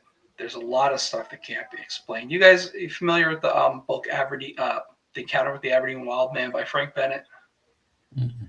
No. So 1980, like 4 years after this happened, this boy he lives in Bradshaw near Joppa, and he's following the Gunpowder River down to the end. He ends up in Days Island. This is again right by that landfill, and where he's at, he can see Harewood Park from his location. That's how close he is. He's on the other side of the water, technically in another town or district, but you can see it. It's not that far.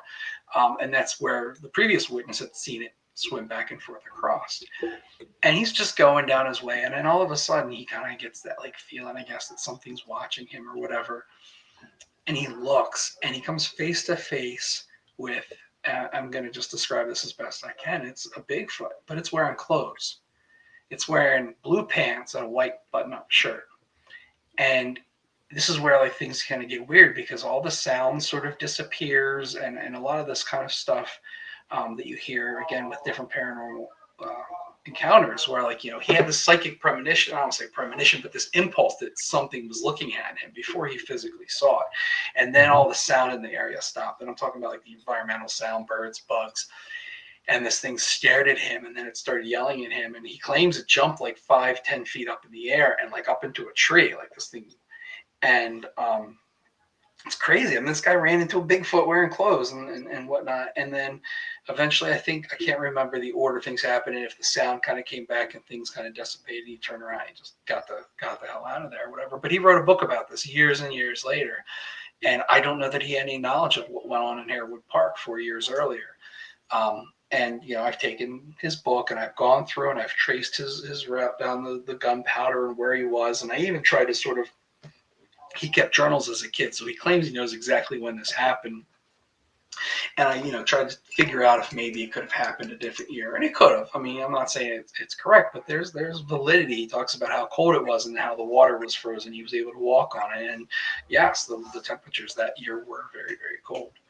So that's the Harewood Park story, man. A monster invaded a small community in Middle River. It's 3 blocks long and had a little grocery store, kind of went nuts. Everybody was talking about it. Police saw it. And then a couple weeks later, everybody just stopped talking about it. Everybody stopped seeing it. Interesting. Wow. Interesting. And I bought a house 3 blocks away. 3 blocks. Wow. 3 blocks away. I haven't seen it yet. I'd love to see it. You know, maybe it'll stop by one day, but I haven't seen it. Wow. That's awesome. That's a good story. Very interesting. We're almost at the end of our second hour. I want to ask Joshua, I have your down in the ticker, I have your email. If somebody wants to get a hold of you or share a story with you, what is the best way to get a hold of you? Yeah, send me an email. Send me an email, either that or Facebook, either way. I'm one of these people, I don't ever have my ringer out on my phone. My wife can never get a hold of me or whatever. So that wouldn't do you any good even if you try. But I do, look down at it occasionally and check to see if anybody's called or check my email. So sure, reach out. I'm always interested in what people have to say. I love hearing people's stories. Just a lot of people contact me and they expect me to be a ghost hunter and like show up with my meters and do this and do that. As long as people don't understand, I'm not that person, but I do want to hear what they have to say. And if contact, you're done. Yeah. And I mean, if people say something and I can connect it to something else I know, I'm happy to let them know and tell them. The people that do share their stories with me, I'm very respectful about whether or not I talk about them publicly. And if so, if they want me to use their name or not or whatever. So just because you share a story with me, I'm not going to go come back on your show, on your podcast or whatever, and just start telling everybody. I respect people's real lives. Right. I have an interesting idea I'm going to share with Karen. It's for yourself and Tracy and others as well. So I'll share that with her after the podcast. Well, it's been great having you on as our guest. You've been wonderful. Thank you. I apologize if I talk too much. No, we enjoyed hearing all of your stories. It's intriguing because, like I said, growing up in Essex, I've never heard these, tales. So I'm going to have to research them and look more into it. Well, you know what? I don't know how well I'm going to sleep tonight because when I go to close my eyes, when I think about that gigantic turtle and all those times I walked out in the water to scoop crabs, Don't think about it too hard. We don't even know if it really happened, so don't think about it too hard. As soon as Josh started talking about that turtle, why is it? And I'm sure people, in the audience, maybe it's just me. I thought of Lake Placid with Betty White feeding the little baby alligators. I forgot about that movie. Yeah, it's kind of like that. Well, let's do this real quick. Anybody in the chat room have a question for Joshua? Put your question in the comments section and put it in all caps for us. And we'll put it up there for him. Or even if you want to share a story that you encountered. Yeah, share anything. Ask me anything. I've really, really seriously had you guys, appreciate you guys inviting me on tonight. This has been a lot of fun. It's nice to talk to people, especially people familiar with the area that asks a lot of questions because, you read about this, you write about this stuff and all, and it's nice when people know what you're talking about and can ask relevant questions and whatnot. Mm-hmm. The one paranormal podcast I was invited on before, it was funny because the people, I think they lived in Florida and at one point Kansas, but they were originally from Middle River. And so they told me about a bunch of stuff around here that I didn't know anything about. It's cool meeting all these people like you guys from writing the book and doing this.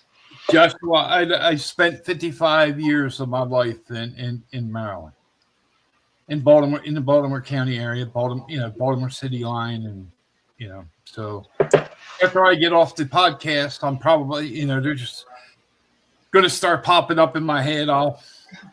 They call me Mr. What, Karen? Mr. Post-it. I'll be sticking it here, sticking it there, and I'll be like typing Joshua. Did you ever, I had a great time. Anytime you guys will ever want me to come back and talk about all this stuff again, I'd be happy to. Absolutely. Yeah, we'd love to have you back again. And if there's any specific areas around here or whatever that you're curious about, let me know ahead of time, and I'll see what I can dig up and find. I'll bring some specific stuff if you'd like. Okay. Okay. So what is the best way for us to obtain a copy of your book? Amazon. Just order from Amazon. If you're local, I'll have some with me when I'm at the Heritage Society next month. They sell it there. They have it on in their little gift shop. So like anytime you want to pick it up there, you can get it there too. Okay. Awesome. Yep. Billy, are you still thinking about that turtle, or? I'm thinking about the worms at this point. The worm. The turtle wouldn't surprise me as much. But 6 foot blind beach worms, like I said, they totally remind me of Tremors. Yeah. The idea had to come from somewhere. That's all I'm saying. I mean, turtles eat worms. Could it be possible that the worms created the turtle or something? Could be vice versa. Could be the worms eating the turtle. I mean, the turtle eating the worms. That's what their food source is. No wonder they're so big. It's like some toxic Avenger going on there. Yeah, because the water treatment facility created problems. We didn't have time to get into it tonight, but that's a whole nother thing about this Bigfoot stuff and this mutant and everything. Is it's a few miles from Edgewood, which is where the Army had their chemical warfare stuff, and there was all sorts of environmental things where stuff had seeped in and leaked, and there was a lot of government controversy there, and also they were involved in some of the early LSD mind control experiments at that same facility. Wow. There's photos in my presentation next week of where, I mean, it's nothing. It's crazy. They had volunteers, and they gave these guys, and they took them out to run their drills and like do their walking and stuff, and then they gave them LSD and had to do it again to see if they could follow the patterns, and they couldn't. And there's pictures of this. This happened right down the street, basically, or across the water from where all this crazy Bigfoot stuff happened. So some people believe there is some sort of chemical government conspiracy angle.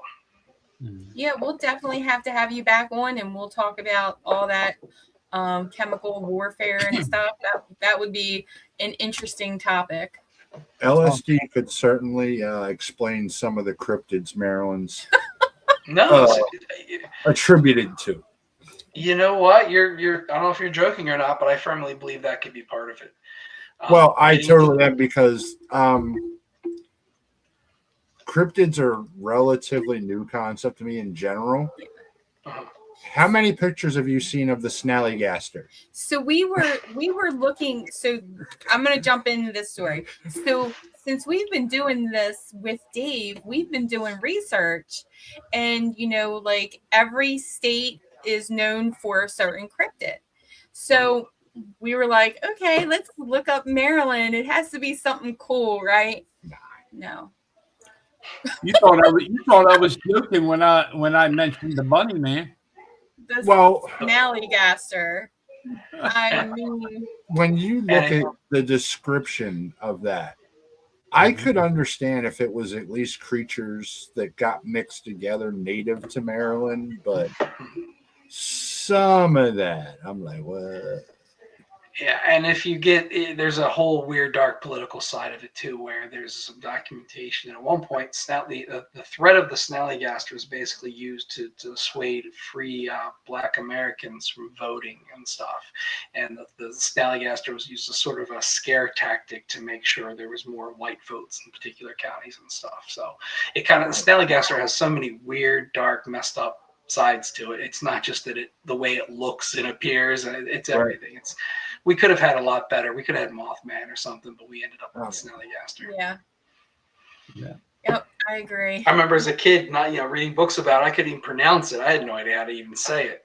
I'm lucky that I can say it, because from my dad, I have such, and this is what I've been told, I have such a thick Baltimorean accent to the point where some words I can't pronounce.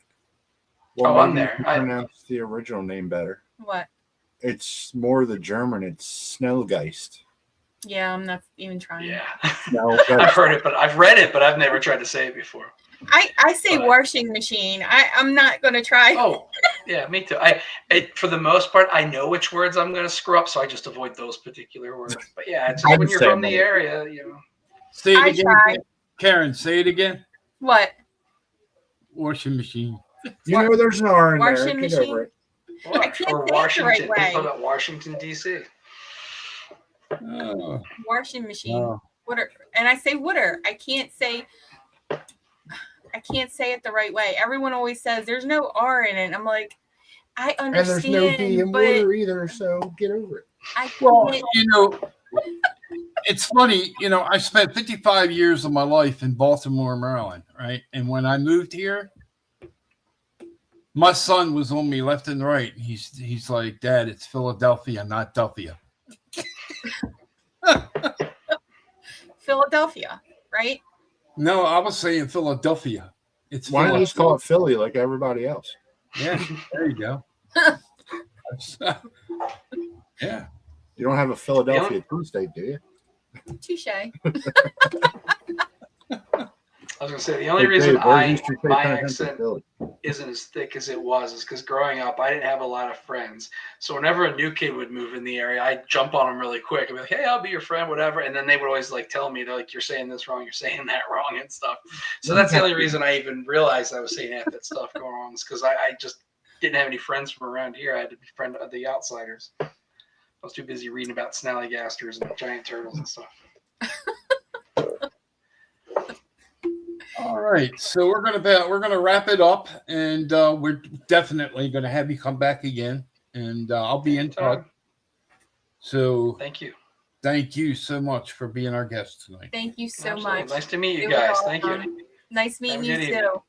Yeah, All right. Thank you. Good night, Joshua. Good night.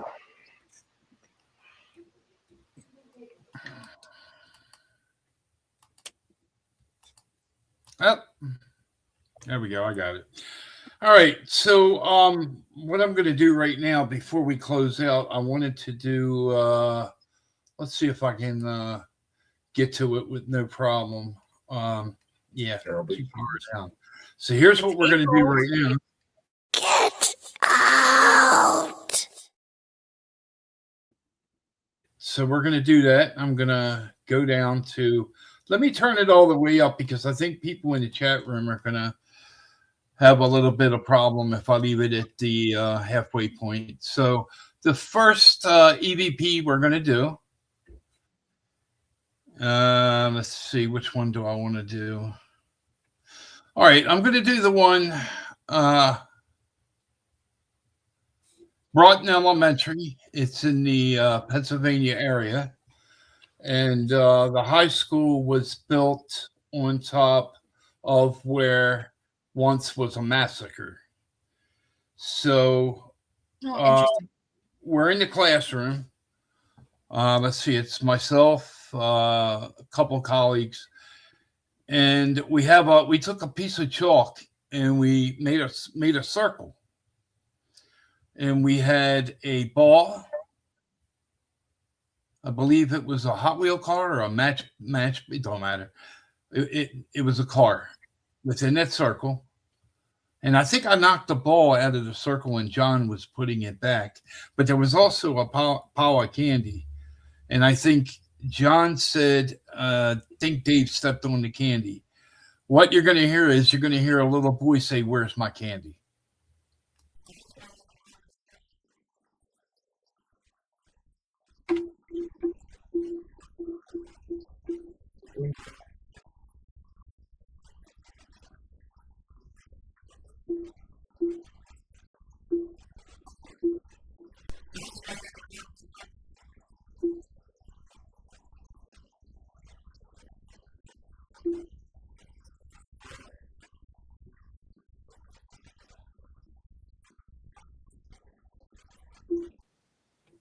You do hear a child's voice. Yeah, in order to really, anytime you listen to an EVP, you should have headphones. Oh, on. sure. Yeah. So the next one, okay, this was a house in the Dundalk area, your neck of the woods. My neck of the woods. And the guy and his wife had split up, and she wanted a divorce, so he took a shotgun and he killed himself.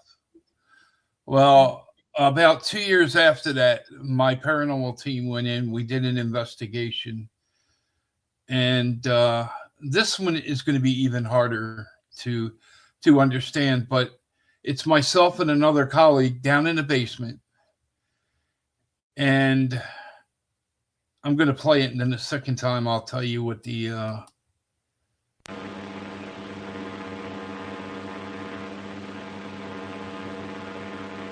Can you make some kind of noise to let us know that you're down here with us?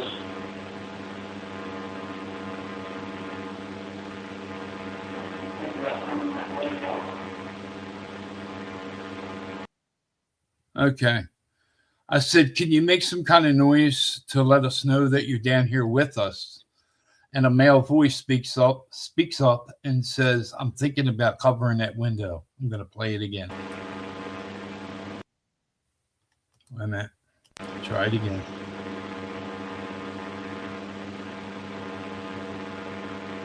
Can you make some kind of noise to let us know that you're down here with us?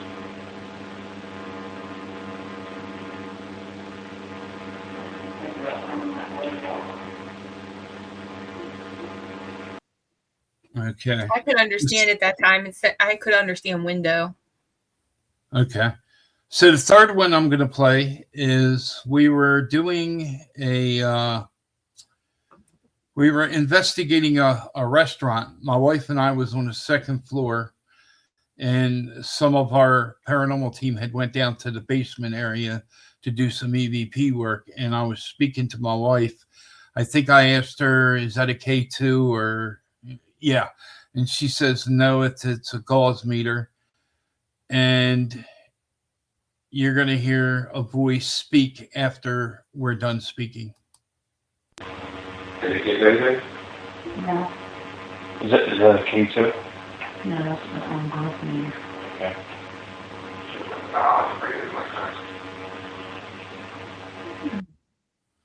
Now, it sounds like, to me, it says she would not really like that. What did you hear, Karen? I heard something. I couldn't make it out, but I did hear a voice. All right, let's try it one more time. Try it again. Did it get anything? No. Is that a K2? No, that's the gauze meter. Okay.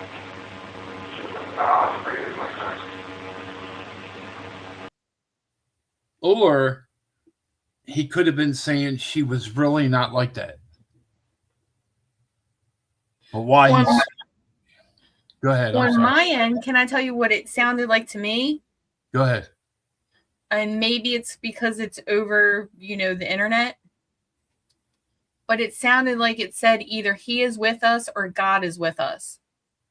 Let me play it again.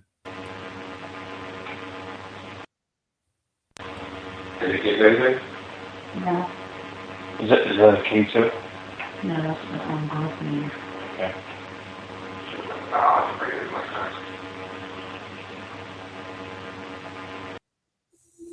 I hear she would not really like that.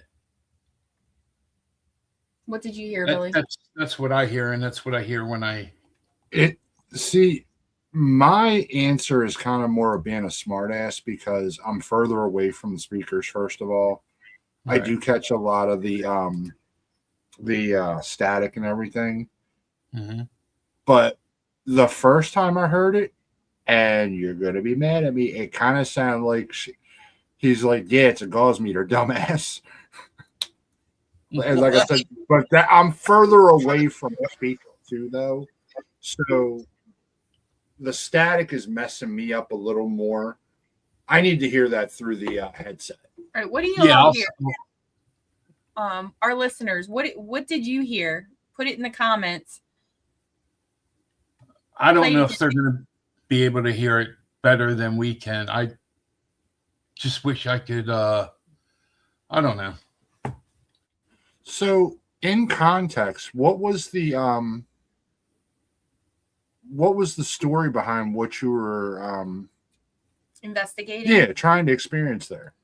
I'm trying to think. It was a well-known restaurant in Hollandtown that was in a well-known movie. But the reason we had went there was because the bar area was reporting. The owner was reporting that glasses were like not sliding off slowly off the bar, like being thrown off the bar.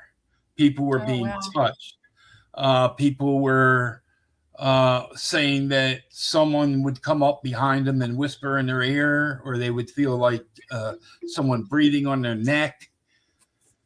And the restaurant owner, when he would close up at night and after closing the bar, would come back the next morning finding things not where or how he left it. So we went in and did an investigation. And is this a place where a beer slide would have been common? Well, when it comes to a beer sliding, condensation, a beer can sit there for a while and get a bead of water around it and can start moving real slow. But they were reporting glasses sliding off fast. Well, I mean being served that way, like if you're way down at the other end of the bar. Oh, yeah, sliding all the way down. Yeah. I know what you're saying, yeah. And Tracy, I don't know if you're still in the audience, but Joshua just messaged us and wanted to let you know that he just purchased your book. Say yay! Yay! So he was awesome. I really enjoyed listening to him speak. I enjoyed the stories that he was telling.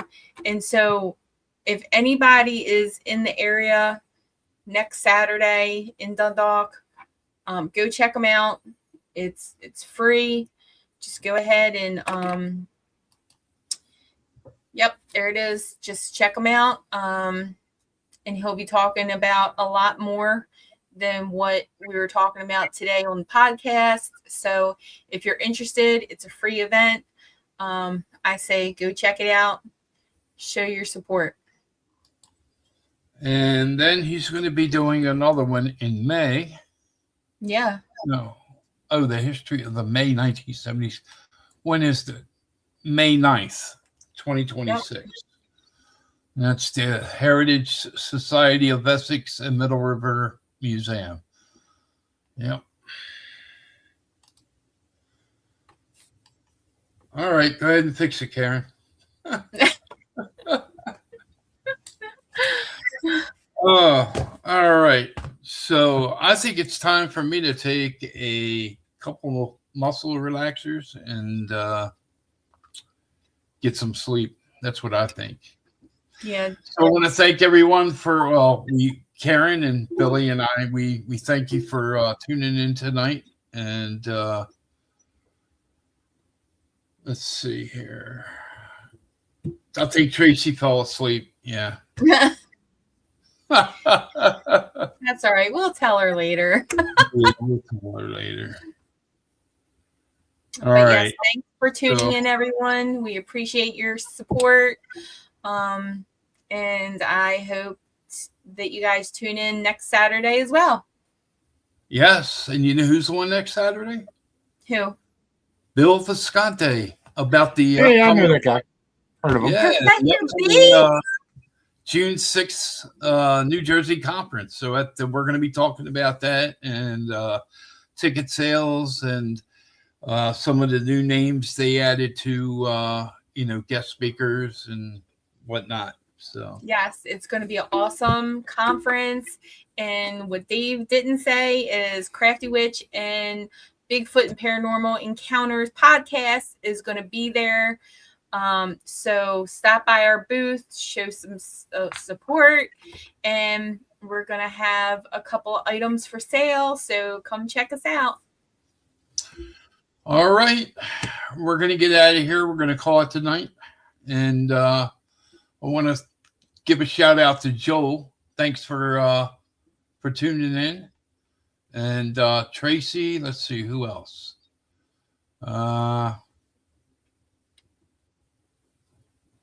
Names are not popping up. How about that?